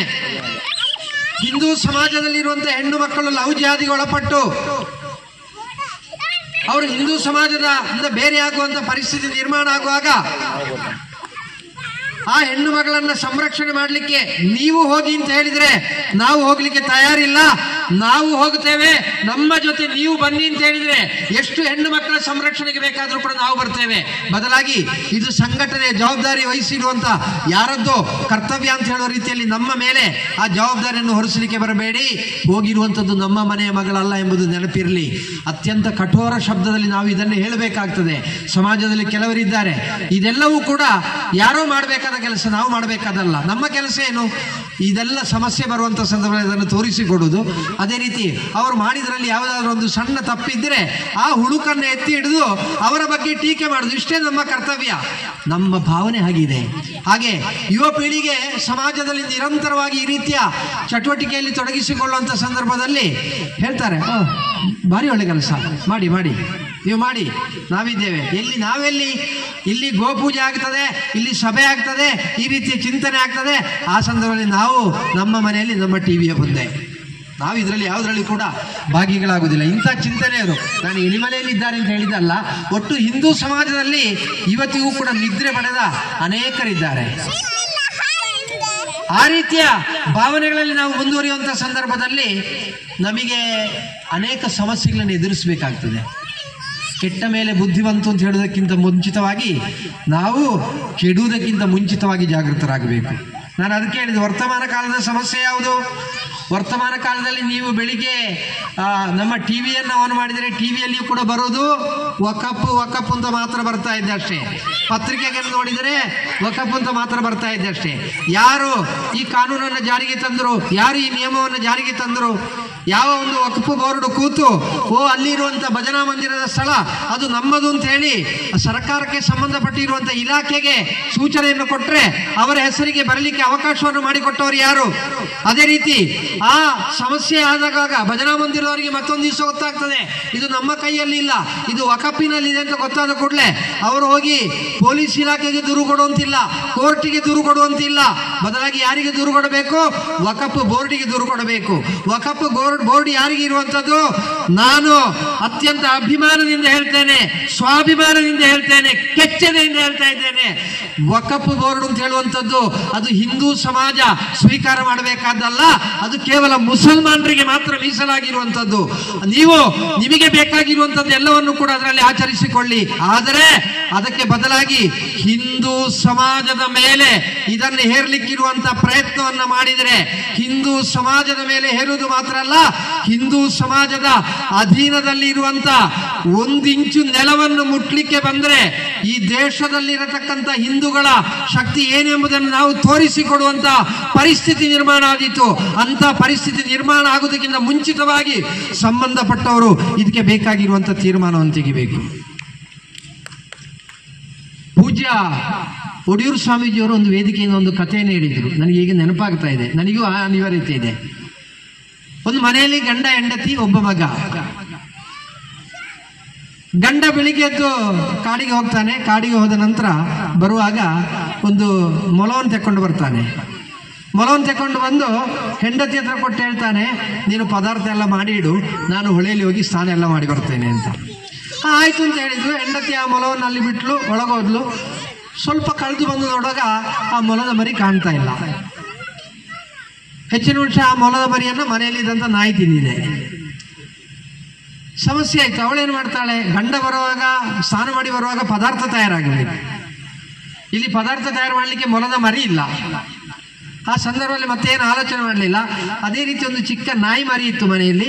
ಆ ನಾಯಿ ಮರಿಯನ್ನು ಚೆನ್ನಾಗಿ ಕೊಯ್ದು ಪದಾರ್ಥ ಮಾಡಿ ಗಂಡ ಸ್ನಾನ ಮಾಡಿ ಬರುವಂಥ ಸಂದರ್ಭದಲ್ಲಿ ಎಲೆ ಎಲ್ಲ ಹಾಕಿ ತಯಾರು ಮಾಡಿ ಆ ಗಂಡನ ಹತ್ರ ಊಟಕ್ಕೆ ಕೂತ್ಕೊಳ್ಳಿಕ್ಕೆ ಹೇಳಿದ್ಲು. ಬೆಳಗಿನ ನಂತರ ನಡೆದಂಥ ವಿದ್ಯಮಾನವನ್ನೆಲ್ಲ ಈ ಮಗ ನೋಡ್ತಾ ಇದ್ದ. ಮಗ ಕಿಟಕಿ ಹೊರಗೆ ನಿಂತು ಆಲೋಚನೆ ಮಾಡ್ತಾನಂತೆ. ಅವನ ಮನಸ್ಸಿನಲ್ಲಿ ಹೇಳ್ತಾನಂತೆ, ಯಾನ್ ದಾನೆ ಒಳ್ಪಣೈತೆ, ಯಾನ್ ಪಂಡಂಟ ಅಪ್ಪನ ಅಟ್ಲು ತಪ್ಪು, ಪಂಡಿಜಿದಂಟ ಅಮ್ಮೆ ನಾಯಿ ತಿಂಪೆ ಅಂತ ಹೇಳಿದರೆ ನನ್ನ ತಾಯಿ ಅಡಿಗೆ ಓದಿತ್ತು, ಹೇಳಿದರೆ ನನ್ನ ಅಪ್ಪ ನಾಯಿ ತಿಂತಾನೆ, ನಾನೇನು ಮಾಡಬೇಕು? ನಮ್ಮ ಪರಿಸ್ಥಿತಿ ಆಗಿದೆ. ಇವತ್ತು ಯಾವ ವಿಚಾರವನ್ನು ಎಲ್ಲಿ ಹೇಳಬೇಕು ಅಂತ ಗೊತ್ತಾಗ್ತಾ ಇಲ್ಲ. ನಾವು ಯಾವುದೇ ವಿಚಾರವನ್ನು ಹೇಳಿದ್ರು ಕೂಡ ನಾವು ರಾಜಕೀಯ ಪ್ರೇರಿತರಾಗಿ ಹೇಳ್ತೇವೆ ಅಂತ ಹೇಳ್ತಾರೆ. ಆದರೆ ಈ ದೇಶದ ಸನ್ಮಾನ್ಯ ಗೃಹ ಮಂತ್ರಿಗಳೊಂದು ಮಾತನ್ನು ಹೇಳಿದರು, ವಕಫಿನ ಬಗ್ಗೆ ನೀವು ಯಾರು ಕೂಡ ಆಲೋಚನೆ ಮಾಡಬೇಡಿ, ಈ ದೇಶವನ್ನು ಆಳ್ತಾ ಇರುವಂತ ಸರದಾರ ಯಾರಿದ್ದಾರೋ ಅದನ್ನು ನೋಡಿಕೊಳ್ಳಿಕ್ಕೆ ಅವರಿದ್ದಾರೆ ಅಂತ ಹೇಳುವ ಮಾತನ್ನು ಅವರೇ ಹೇಳಿದ್ದಾರೆ. ಅವರೊಂದು ನಿರ್ಣಯವನ್ನು ಮಾಡಿದರೆ ಇಡೀ ದೇಶದಲ್ಲಿ ಹಿಂದೂ ಸಮಾಜ ಒಗ್ಗಟ್ಟಾಗಿ ನಿಂತು ನಿಮ್ಮ ಯಾವುದೇ ನಿಯಮಗಳು ಕೂಡ ಇಲ್ಲಿಗೆ ಜಾರಿಗೆ ಬರದ ರೀತಿಯಲ್ಲಿ ಮಾಡಲಿಕ್ಕೆ ಇರುವಂತ ಶಕ್ತಿ ಇದೆ. ಇದು ತಾಕೀತಿನ ಮಾತು ಅಂತಾಗಿದ್ರೆ ತಾಕೀತಿನ ಮಾತಾಗಿರಲಿ, ನಮಗೆ ಅತ್ಯಂತ ಅನಿವಾರ್ಯವಾಗಿ ಇದನ್ನು ಹೇಳಲೇಬೇಕಾಗಿದೆ. ಇಲ್ಲಿ ನಡೀತಾ ಇರುವಂಥ ವಿದ್ಯಮಾನಗಳನ್ನು ಗಮನಿಸುವಂಥ ಸಂದರ್ಭದಲ್ಲಿ ಹಿಂದೂ ಸಮಾಜದವರನ್ನು ಯಾವ ರೀತಿ ಬೇಕಾದರೂ ಕೂಡ ಉಪಯೋಗ ಮಾಡಬಹುದು, ಹಿಂದೂಗಳನ್ನು ಯಾವ ರೀತಿ ಕೂಡ ಟೀಕಿಸಬಹುದು, ಹಿಂದೂಗಳನ್ನು ನಿರಂತರವಾಗಿ ನಾವು ಆ ಧರ್ಮದ ಬಗ್ಗೆ ಯಾವುದೇ ರೀತಿಯ ಅಪವಾದಗಳನ್ನು ಹೇಳ್ಬೋದು ಅಂತ ಹೇಳುವಂಥ ಭಾವನೆ ಜೀವಂತವಾಗಿದೆ. ಒಬ್ಬರು ಸಾಹಿತಿ ಇದ್ದರು, ಅವರು ಈಗ ತೀರಿಕೊಂಡಿದ್ದಾರೆ, ನಾನು ಹೆಸರು ಹೇಳುವುದಿಲ್ಲ. ಅವರು ಬಾಯಿ ತೆಗೆದರೆ ಯಾವತ್ತೂ ಕೂಡ ಹಿಂದೂ ಧರ್ಮವನ್ನು ದೂಷಿಸ್ತಾ ಇದ್ದರು. ನಿರಂತರವಾಗಿ ನಮ್ಮ ಆಚರಣೆಗಳನ್ನ ಅವರು ನಿಂದಿಸ್ತಾ ಇದ್ರು, ಕರ್ನಾಟಕದವರೇ. ಹಾಗೆ ಒಂದು ದಿವಸ ನಾನು ಮಾತನಾಡ್ತಾ ಇರುವಂಥ ಸಂದರ್ಭದಲ್ಲಿ ನಾನು ಮತ್ತು ವಜ್ರದೇಹಿ ಸ್ವಾಮಿಗಳು ಒಂದೇ ವೇದಿಕೆಯಲ್ಲಿ ಇದ್ದೆವು. ನಾನು ಸ್ವಾಮಿಗಳ ಹತ್ರ ಹೇಳಿದೆ, ಇವರು ಯಾಕೆ ಈ ರೀತಿ ಒಂದು ಹುಚ್ಚು ಹಿಂದೂ ಧರ್ಮವನ್ನು ನಿರಂತರವಾಗಿ ಟೀಕಿಸುವುದಕ್ಕೆ? ಮತ್ತು ಹಿಂದೂ ಧರ್ಮವನ್ನು ನಿರಂತರವಾಗಿ ಟೀಕಿಸಿದ್ರೆ ನಿಮಗೆ ಕೇಸರಿ ಶಾಲೆ ಹಾಕಿಕೊಂಡು ಮಾತ್ರ ಇರಬೇಕಷ್ಟೇ. ನಿಮಗೆ ಇಲ್ಲಿ ಏನಾದರೂ ಒಂದು ಕುರ್ಚಿ ಸಿಗಬೇಕಾ, ನೀವು ಹಿಂದೂ ಧರ್ಮವನ್ನು ಟೀಕಿಸಬೇಕಾ, ಕೂಡಲೇ ನಿಮ್ಮನ್ನು ಕರೆದು ನಿಮಗೆ ಬೇಕಾಗಿರುವಂಥ ಪೋಸ್ಟನ್ನು ಕೊಡ್ತಾರೆ ಅಂತ. ಆ ರೀತಿಯ ಘಟನೆಗಳು ಭಾರತ ದೇಶದಲ್ಲಿ ಕೂಡ ನಡೆದಿದೆ. ಯಾರು ಪದ್ಮಶ್ರೀ ಪುರಸ್ಕಾರಕ್ಕೆ ಭಾಜನರಾಗ್ತಾರೆ? ಹಿಂದೂ ಧರ್ಮವನ್ನು ದೂಷಿಸಿದವರು, ಹಿಂದೂ ಧರ್ಮವನ್ನು ನಿಂದಿಸಿದವರು. ಈ ರೀತಿಯ ವಿದ್ಯಮಾನಗಳಿಂದ ನಡೀತಾ ಇರುವಂಥ ಕಾರಣ ಇಲ್ಲಿ ನಿರಂತರವಾಗಿ ಹಿಂದೂ ಸಮಾಜವನ್ನು ದೂಷಿಸುವಂಥ, ಹಿಂದೂ ಸಮಾಜವನ್ನು ಒಂದು ರೀತಿಯಲ್ಲಿ ಆಕ್ರಮಿಸುವಂಥ ಪರಿಸ್ಥಿತಿ ನಿರ್ಮಾಣ ಆಗಿದೆ ಅಂತಾದರೆ, ನಾನು ಹುಟ್ಟಿರುವಂಥದ್ದು ಕೇರಳದಲ್ಲಿ. ಇವತ್ತು ಕೇರಳ ರಾಜ್ಯದಲ್ಲಿ ನಾವು ಅತ್ಯಂತ ಶಕ್ತಿಯುತವಾಗಿ ಮುನ್ನಡೆಯಲಿಕ್ಕೆ ಇರುವಂಥ ಕಾರಣ ಏನೆಂದರೆ, ನೀವು ಗಮನಿಸಿ ನೋಡಿ, ರಾಷ್ಟ್ರೀಯ ಸ್ವಯಂ ಸೇವಕ ಸಂಘದ ಪೂರ್ಣ ಘಟನೆಯ ಚಿತ್ರಣವನ್ನು ನೋಡಿದರೆ ಸಂಘದ ಪ್ರಮುಖರು ಹೇಳ್ತಾರೆ, ಅತಿ ಹೆಚ್ಚು ರಾಷ್ಟ್ರೀಯ ಸ್ವಯಂ ಸೇವಕ ಸಂಘದ ಶಾಖೆ ನಡೀತಾ ಇರುವಂಥದ್ದು ಕೇರಳ ರಾಜ್ಯದಲ್ಲಿ. ಸಂಘ ಶಕ್ತವಾಗಿದೆ, ಸಂಘಟನೆ ಶಕ್ತವಾಗಿದೆ. ಜೀವ ಕೊಟ್ಟರೂ ಸರಿ ಧರ್ಮಕ್ಕೆ ಅಪಚಾರ ಆಗುವಂಥ ಸಂದರ್ಭದಲ್ಲಿ ಅದನ್ನು ಎದುರಿಸಿಯೇ ಸಿದ್ಧ ಎಂಬ ಆ ತಾಕತ್ತಿನೊಂದಿಗೆ ಮುಂದುವರಿಯುವ ಕಾರಣ ಇವತ್ತು ಕೇರಳದಲ್ಲಿ ಹಿಂದೂ ಸಮಾಜ ತನ್ನೆಲ್ಲ ಆಚರಣೆಗಳನ್ನು ಕೂಡ ಅತ್ಯಂತ ಶಕ್ತಿಯುತವಾಗಿ ಮುನ್ನಡೆಸುತ್ತದೆ. ನಿರಂತರವಾಗಿ ಪರಿವರ್ತನೆಗಳು ಬರ್ತಾ ಇದೆ. ಶಬರಿಮಲೆ ಅಂತ ಪವಿತ್ರ ಕ್ಷೇತ್ರದ ಪಾವಿತ್ರ್ಯತೆಯನ್ನು ಕೆಡವಲಿಕ್ಕೋಸ್ಕರವಾಗಿ ಪ್ರಯತ್ನ ಪಟ್ಟವರೆಲ್ಲ ಇವತ್ತು ಬಾಲ ಬಡಚಿ ಕೂತುಕೊಳ್ಳುವಂಥ ಪರಿಸ್ಥಿತಿ ನಿರ್ಮಾಣವಾಗಿದೆ. ಎಲ್ಲಿ ಶ್ರೀಕೃಷ್ಣ ಜನ್ಮಾಷ್ಟಮಿಯನ್ನು ಮಾಡಲಿಕ್ಕೆ ಬಿಡ್ಲಿಕ್ಕಿಲ್ಲ ಅಂತ ಹೇಳಿದಾರೋ ಅಲ್ಲಿ ಇವತ್ತು ಕೇಸರಿ ತೋರಣಗಳೊಂದಿಗೆ ಶ್ರೀಕೃಷ್ಣ ಜನ್ಮಾಷ್ಟಮಿಯನ್ನು ಮಾಡ್ತಾ ಇದ್ದೇವೆ. ಕಾಸರಗೋಡು ನಗರದಲ್ಲಿ ಸಾರ್ವಜನಿಕ ಗಣೇಶೋತ್ಸವದ ಮೆರವಣಿಗೆಯನ್ನು ಮಾಡಲಿಕ್ಕೆ ಬಿಡ್ಲಿಕ್ಕಿಲ್ಲ ಅಂತ ಹೇಳುವಲ್ಲಿ 5 ದಿವಸದ ವಿಜೃಂಭಣೆಯ ಸಾರ್ವಜನಿಕ ಗಣೇಶೋತ್ಸವವನ್ನು ಮಾಡುವುದರ ಜೊತೆಯಲ್ಲಿ ಆ ನಗರದ ಎಲ್ಲ ಭಾಗಕ್ಕೂ ಕೂಡ ಆ ಗಣೇಶೋತ್ಸವದ ಮೆರವಣಿಗೆಯನ್ನು ಕೊಂಡೋಗಲಿಕ್ಕೆ ಸಾಧ್ಯವಾಗುತ್ತಾ ಇದೆ. ಈ ಬದಲಾವಣೆ ಬರಲಿಕ್ಕೆ ಕಾರಣ ಯಾವುದೆಂದ್ರೆ, ನಾವು ಯಾವುದನ್ನು ಖಂಡಿಸಬೇಕೋ ಆ ಖಂಡಿಸಬೇಕಾದಲ್ಲಿ ಖಂಡಿಸಿದ್ದೇವೆ.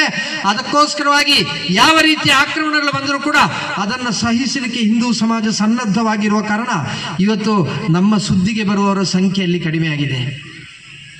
ಒಂದು ವೇಳೆ ದಕ್ಷಿಣ ಕನ್ನಡ ಜಿಲ್ಲೆಯಲ್ಲಿ ಎಲ್ಲ ಆ ರೋಗ ಈಗ ಬರ್ತಾ ಇದೆ ಅಷ್ಟೇ. ಹಿಂದೂ ಜಾಗರಣ ವೇದಿಕೆಯ ನೇತಾರರಾಗಿರುವಂಥ ಜಗದೀಶ ಕಾರಂತರು ಒಂದು ವೇದಿಕೆಯಿಂದ ಒಂದು ಮಾತನ್ನು ಹೇಳಿದನ್ನು ನಾನು ಕೇಳಿದ್ದೇನೆ. ಕಾಶ್ಮೀರದಲ್ಲಿ ಒಂದು ರೋಗ ಇತ್ತು, ಆಗ ನಾವು ತೀರ್ಮಾನ ಮಾಡಿದೆವು ಆ ರೋಗ ಕಾಶ್ಮೀರದಲ್ಲಿ ಮಾತ್ರ ಇದೆ, ನಾವೇನು ಮಂಡೆ ಬಿಸಿ ಮಾಡಬೇಕಿದ್ದಿಲ್ಲ ಅಂತ. ಆ ರೋಗ ಬಂದು ನಮ್ಮ ಸಮೀಪದಲ್ಲಿರುವಂಥ ನೆರೆ ರಾಜ್ಯವಾಗಿರುವಂಥ ಕೇರಳಕ್ಕೆ ಬಂತು. ಆ ಕೇರಳಕ್ಕೆ ಬರುವಂಥ ಸಂದರ್ಭದಲ್ಲಿ ಕೂಡ ನಾವು ತೀರ್ಮಾನ ಮಾಡಿದ್ದೇವೆ ಅದು ಕೇರಳಕ್ಕಲ್ವ, ನಮಗೇನು ಸಮಸ್ಯೆ ಇಲ್ಲ ಅಂತ. ಆದರೆ ಆ ರೋಗ ಬಂದು ಇವತ್ತು ದಕ್ಷಿಣ ಕನ್ನಡ ಜಿಲ್ಲೆಗೆ ಬಂದಿದೆ. ಇದೇ ರೋಗ ಬೆಳೆತು ಇಡೀ ಕರ್ನಾಟಕ ರಾಜ್ಯವನ್ನು ನುಂಗುತ್ತದೆ. ಆ ಕರ್ನಾಟಕ ರಾಜ್ಯವನ್ನು ನುಂಗುವುದಕ್ಕಿಂತ ಮುಂಚಿತವಾದರೂ ಕೂಡ ನಾವು ಎಚ್ಚರಗೊಳ್ಳಬೇಕು ಅಂತ ಹೇಳುವಂಥ ಮಾತನ್ನು ಅವರು ಹೇಳಿದ್ರೆ ಆ ಮಾತು ಇವತ್ತು ಸತ್ಯವಾಗುತ್ತಾ ಇದೆ. ಯಾವುದೋ ಅಧಿಕಾರದ ಆಸೆಗೋಸ್ಕರವಾಗಿ, ಮತ ಬ್ಯಾಂಕನ್ನು ಗಟ್ಟಿಗೊಳಿಸಲಿಕ್ಕೋಸ್ಕರವಾಗಿ ಯಾರನ್ನು ತೃಪ್ತಿಪಡಿಸುವಂಥ ಪ್ರಯತ್ನದಲ್ಲಿ ನಿರಂತರವಾಗಿ ಹಿಂದೂ ಸಮಾಜದ ಅವಹೇಳನ ಆಗ್ತಾ ಇದೆ ಅಂತ ಆದರೆ, ಹಿಂದೂ ಸಮಾಜದ ಮೇಲೆ ಆಕ್ರಮಣ ಆಗ್ತಾ ಇದೆ ಅಂತ ಆದರೆ, ಹಿಂದೂ ಸಮಾಜದ ಭಾವನೆಗಳನ್ನು ಘಾಸಿಗೊಳಿಸುವಂಥ ಪರಿಸ್ಥಿತಿ ನಿರ್ಮಾಣ ಆಗ್ತಾ ಇದೆ ಅಂತ ಆದರೆ ಅದನ್ನು ನಾವು ಎದುರಿಸಿಯೇ ಸಿದ್ಧ. ಆ ಎದುರಿಸಬೇಕು ಅಂತ ಆದರೆ ನಮ್ಮಲ್ಲಿ ಯುವ ಶಕ್ತಿ ಜಾಗೃತವಾಗಬೇಕು. ಇವತ್ತು ಸಮಾಜವು ಕೂಡ ಎಲ್ಲಿಯಾದರೂ ದಾರಿ ತಪ್ಪುವಂಥ ಪರಿಸ್ಥಿತಿ ನಿರ್ಮಾಣ ಆಗುವಾಗ ನಾವು ಆ ಸಮಾಜಕ್ಕೆ ಬೇಕಾಗಿರುವಂಥ ದಾರಿದೀಪಗಳಾಗಬೇಕು. ಆ ಸಮಾಜ ನಡೆದುಕೊಂಡು ಬರಬೇಕಾದಂಥ ದಾರಿ ಯಾವುದು ಎಂಬುದನ್ನು ನಾವು ಬೋಧಿಸಿಕೊಡಬೇಕು. ನಮ್ಮ ಆ ಮನೆಯ ಮಕ್ಕಳಿಗೆ ಸಂಸ್ಕಾರ ಎಂದರೆ ಏನೆಂಬುದನ್ನು ಬೋಧಿಸಿಕೊಡಬೇಕು. ಆ ಚಿಕ್ಕ ಮಕ್ಕಳಲ್ಲಿಯೂ ಪರಿಪೂರ್ಣವಾಗಿರುವಂಥ ಸಂಸ್ಕಾರದ ಜಾಗೃತಿ ಆಗಬೇಕು. ಒಂದು ತನ್ನ ಧರ್ಮದ ಸಂರಕ್ಷಣೆಗೋಸ್ಕರವಾಗಿ ತೊಡಗಿಸಿಕೊಳ್ಳುವಂಥ ಸಂದರ್ಭದಲ್ಲಿ ನನ್ನ ಸಹೋದರಿ, ಆ ಚಿಕ್ಕ ಮಗು, ಅವಳು ಈ ವೇದಿಕೆಯಿಂದ ಪ್ರಾರ್ಥನೆಯನ್ನು ಹಾಡುವಂಥ ಸಂದರ್ಭದಲ್ಲಿ ಅತ್ಯಂತ ಭಕ್ತಿಪೂರಿತವಾಗಿ ಆ ದೇವರ ಪ್ರಾರ್ಥನೆಯನ್ನು ಹಾಡಿದ್ದು ಮಾತ್ರ ಅಲ್ಲ, ವೇದಿಕೆಯಿಂದ ಇಳಿದು ಹೋಗುವ ಮುಂಚೆ ಅವಳೊಂದೊಂದು ನೆನಪಿತ್ತು, ಆ ವೇದಿಕೆಯಲ್ಲಿ ಇರತಕ್ಕಂಥ ಗುರುಗಳ ಪಾದ ಮುಟ್ಟಿ ನಮಸ್ಕರಿಸಬೇಕು, ಇದು ನನ್ನ ಸಂಸ್ಕಾರ ಅಂತ. ಆ ಸಂಸ್ಕಾರವನ್ನು ಅನುಸರಿಸಿಕೊಂಡು ಬರುವಾಗ ಆ ಸಂಸ್ಕಾರ ಯಾಕೆ ಎಂಬುದನ್ನು ನಾವು ಬೋಧಿಸಿಕೊಟ್ಟು ಭವಿಷ್ಯತ್ತಿನಲ್ಲಿ ನಮ್ಮ ಒಂದು ಸಹೋದರಿಯರು ಕೂಡ ಲವ್ ಜಿಹಾದಿಗೆ ಒಳಗಾಗುವಂಥ ಪರಿಸ್ಥಿತಿ ನಿರ್ಮಾಣ ಆಗಬಾರ್ದು. ನಮ್ಮ ಯಾವುದೇ ಸಹೋದರರು ಕೂಡ ದುರಾಭ್ಯಾಸಕ್ಕೆ ಬಲಿಯಾಗಿ ತಮ್ಮದಾಗಿರುವಂಥ ಜೀವನವನ್ನು ಹಾಳು ಮಾಡುವಂಥ ಪರಿಸ್ಥಿತಿ ನಿರ್ಮಾಣ ಆಗಬಾರ್ದು. ಬದಲಾಗಿ ಈ ಕೇಸರಿ ಶಾಲ ಹಾಕುವಂಥ ಸಂದರ್ಭದಲ್ಲಿ ನಮ್ಮ ಆಂತರಿಕವಾಗಿರುವಂಥ ನಿರ್ಣಯಗಳು ಗಟ್ಟಿಯಾಗಬೇಕು. ನಮ್ಮ ಆಂತರಿಕವಾಗಿರುವಂಥ ನಿರ್ಣಯಗಳು ಕೇಸರಿ ಶಾಲ ಹಾಕುವ ಸಮಯದಲ್ಲಿ ನಾನು ನನ್ನ ಜೀವನದಲ್ಲಿ ಸಾತ್ವಿಕ ಗುಣವನ್ನು ಅಳವಡಿಸಿಕೊಂಡಿರುತ್ತೇನೆ, ನನ್ನ ಜೀವನದಲ್ಲಿ ಧರ್ಮ ಮತ್ತು ನ್ಯಾಯವನ್ನು ಕಾಪಾಡಿಕೊಂಡು ಬರ್ತೇನೆ, ಆಂತರಿಕವಾಗಿ ನನ್ನ ಆತ್ಮಸಾಕ್ಷಿಗೆ ವಿರುದ್ಧವಾಗುವಂಥ ಯಾವುದೇ ಕಾರ್ಯಚಟುವಟಿಕೆಯಲ್ಲಿ ತೊಡಗಿಸಿಕೊಳ್ಳುವುದಿಲ್ಲ, ನನ್ನನ್ನು ಆಶ್ರಯಿಸಿಕೊಂಡಿರುವಂಥ ಕುಟುಂಬದವರಿಗೆ ಯಾವತ್ತೂ ಕೂಡ ನನ್ನ ಬಗ್ಗೆ ಒಂದು ಕೀಳು ಭಾವನೆ ಬರೋ ರೀತಿಯಲ್ಲಿ ನಾನು ತೊಡಗಿಸಿಕೊಳ್ಳುವುದಿಲ್ಲ, ನನ್ನ ಸಮಾಜದಲ್ಲಿ ಇರತಕ್ಕಂಥ ಬಂಧುಗಳು ಯಾವತ್ತೂ ಕೂಡ ನನ್ನನ್ನು ಪ್ರೀತಿಯಿಂದ ಸಹೋದರಿಯಿಂದ ಮಾತನಾಡುವಂಥ ಸಂಸ್ಕಾರವನ್ನು ನಾನು ರೂಢಿಸಿಕೊಳ್ತೇನೆ. ಆದರೆ ಈ ಎಲ್ಲ ಸಾತ್ವಿಕ ಗುಣಗಳು ನನ್ನ ಆಂತರಿಕವಾಗಿರುವಂಥ ಸಂದರ್ಭದಲ್ಲಿಯೂ ಕೂಡ ಮತ್ತೊಬ್ಬ ಬಂದು ನನ್ನನ್ನು ಆಕ್ರಮಿಸುವಂಥ ಸಂದರ್ಭದಲ್ಲಿ ನನ್ನ ಸಹೋದರರನ್ನು ಜೊತೆಗೂಡಿಸಿಕೊಂಡು ನನ್ನ ಧರ್ಮದ ರಕ್ಷಣೆಗೋಸ್ಕರವಾಗಿ ನಾನು ಟೊಂಕ ಕಟ್ಟಿ ನಿಲ್ತೇನೆ ಅಂತ ಹೇಳುವಂಥ ನಿರ್ಣಯಕ್ಕೆ ನಾವು ಬಂದರೆ ನಮ್ಮ ರಾಜ್ಯದಲ್ಲಿರತಕ್ಕಂಥ ಅತ್ಯಂತ ಶಕ್ತಿಯುತವಾಗಿರುವಂಥ ಸಂಘಟನೆ ಹಿಂದೂ ಐಕ್ಯವೇದಿ ಎಂಬ ಸಂಘಟನೆ, ಕರ್ನಾಟಕದ ಹಿಂದೂ ಜಾಗರಣ ವೇದಿಕೆ, ಕೇರಳದಲ್ಲಿ ಹಿಂದೂ ಐಕ್ಯವೇದಿ. ನಾನು ಸುಮಾರು 12 ವರ್ಷಗಳ ಕಾಲ ಹಿಂದೂ ಐಕ್ಯವೇದಿಯ ರಾಜ್ಯ ಉಪಾಧ್ಯಕ್ಷನಾಗಿದ್ದೆ. ಆ ಸಂದರ್ಭದಲ್ಲಿ ನಮ್ಮ ಅಧ್ಯಕ್ಷೆಯಾಗಿದ್ದವರು ಮಲಪ್ಪುರಂ ಜಿಲ್ಲೆಯಲ್ಲಿರುವ ಕೇರಳದ ಪಾಕಿಸ್ತಾನ ಅಂತ ಗುರುತಿಸಲ್ಪಟ್ಟಿರುವಂಥ ಪಟ್ಟಾಂಬಿಯಲ್ಲಿ ಹುಟ್ಟಿದಂಥ ಒಬ್ಬಾಕೆ ತಾಯಿ, ವೃತ್ತಿಯಲ್ಲಿ ಒಂದು ಶಾಲೆಯ ಅಧ್ಯಾಪಿಕೆ. ಅವರಿಗೆ Z+ ಕ್ಯಾಟಗರಿಯ ರಕ್ಷಣೆ ಏನಿಲ್ಲ. ಅವರು ಮನೆಯಿಂದ ರೈಲ್ವೆ ಸ್ಟೇಷನ್ಗೆ ಆಟೋ ರಿಕ್ಷಾ ಹತ್ತಿ ಹೋಗುವವರು. ಅವರು ಎಲ್ಲಿಗೆ ಹೋಗುವಂಥ ಸಂದರ್ಭದಲ್ಲಿ ಅವರ ಜೊತೆಯಲ್ಲಿ ಕಾವಲು ಯಾರು ಅಂತ ಕೇಳಿದ್ರೆ ಬೇರೆ ಯಾರಿಲ್ಲ, ಕಾವಲು ಅವರ ಗಂಡ ಮಾತ್ರ ಅವರ ಜೊತೆಯಲ್ಲಿ ಇರ್ತಾರೆ. ಆ ಮಹಿಳೆ ಪ್ರತಿ ವೇದಿಕೆಯಲ್ಲಿ ಮಾತನಾಡುವ ಸಂದರ್ಭದಲ್ಲಿ ಒಂದು ತಾಕೀತಿನ ಸಂದೇಶವನ್ನು ಕೊಡ್ತಾರೆ. ಭಾರತ ದೇಶದಲ್ಲಿ ಒಟ್ಟು ಹಿಂದೂಗಳ ಶತಮಾನ ಎಷ್ಟು ಅಂತ ಕೇಳಿದ್ರೆ 83 ಶತಮಾನ ಇದೆ. ಇಲ್ಲಿರತಕ್ಕಂಥ ಅಲ್ಪಸಂಖ್ಯಾತರ ಶತಮಾನ ಕೇವಲ 27 ಶತಮಾನ ಮಾತ್ರ. ಆ 27 ಶತಮಾನದಲ್ಲಿ ಈ ದೇಶವನ್ನ ಸಂಪೂರ್ಣ ನಾಶ ಮಾಡಲಿಕ್ಕೋಸ್ಕರವಾಗಿ ಚಿಂತನೆಯೊಂದಿಗೆ ಉಗ್ರಗಾಮಿ ಚಟುವಟಿಕೆಯಲ್ಲಿ ತೊಡಗಿಸಿಕೊಂಡಿರುವವರು, ಮತಾಂತರದ ಚಟುವಟಿಕೆಯಲ್ಲಿ ತೊಡಗಿಸಿಕೊಂಡಿರುವವರು ಕೇವಲ 16 ಶತಮಾನ ಮಾತ್ರ. ಈ 16 ಶತಮಾನ ದುಷ್ಟಕೂಟಗಳು ಭಾರತ ದೇಶದಲ್ಲಿರುವಂಥ 83 ಶತಮಾನ ಹಿಂದೂಗಳು ಜೊತೆಯಾಗಿ ಮೂತ್ರ ಮಾಡಿದರೆ ಆ ಮೂತ್ರದ ರಭಸಕ್ಕೆ ಕೊಚ್ಚಿ ಹೋಗುವಷ್ಟು ಮಾತ್ರ ಇರುವಂಥದ್ದು. ಅದು ನೆನಪಿರ್ಲಿ ಅಂತ ಹೇಳುವಂಥ ಸಂದೇಶವನ್ನ ಆ ತಾಯಿ ಸಾರುವುದಿದ್ರೆ ನಮ್ಮ ಧರ್ಮ ಸಂರಕ್ಷಣೆಗೋಸ್ಕರವಾಗಿ ಆ ಸಂದೇಶವನ್ನು ನಾವು ಯಾಕೆ ಸಾರಬಾರದು? ನಾವು ಮುಸಲ್ಮಾನರನ್ನು ವಿರೋಧಿಸುವುದಿಲ್ಲ, ನಾವು ಕ್ರಿಶ್ಚಿಯನ್ರನ್ನು ವಿರೋಧಿಸುವುದಿಲ್ಲ, ನಾವು ಯಾರನ್ನು ಕೂಡ ವಿರೋಧಿಸುವುದಿಲ್ಲ.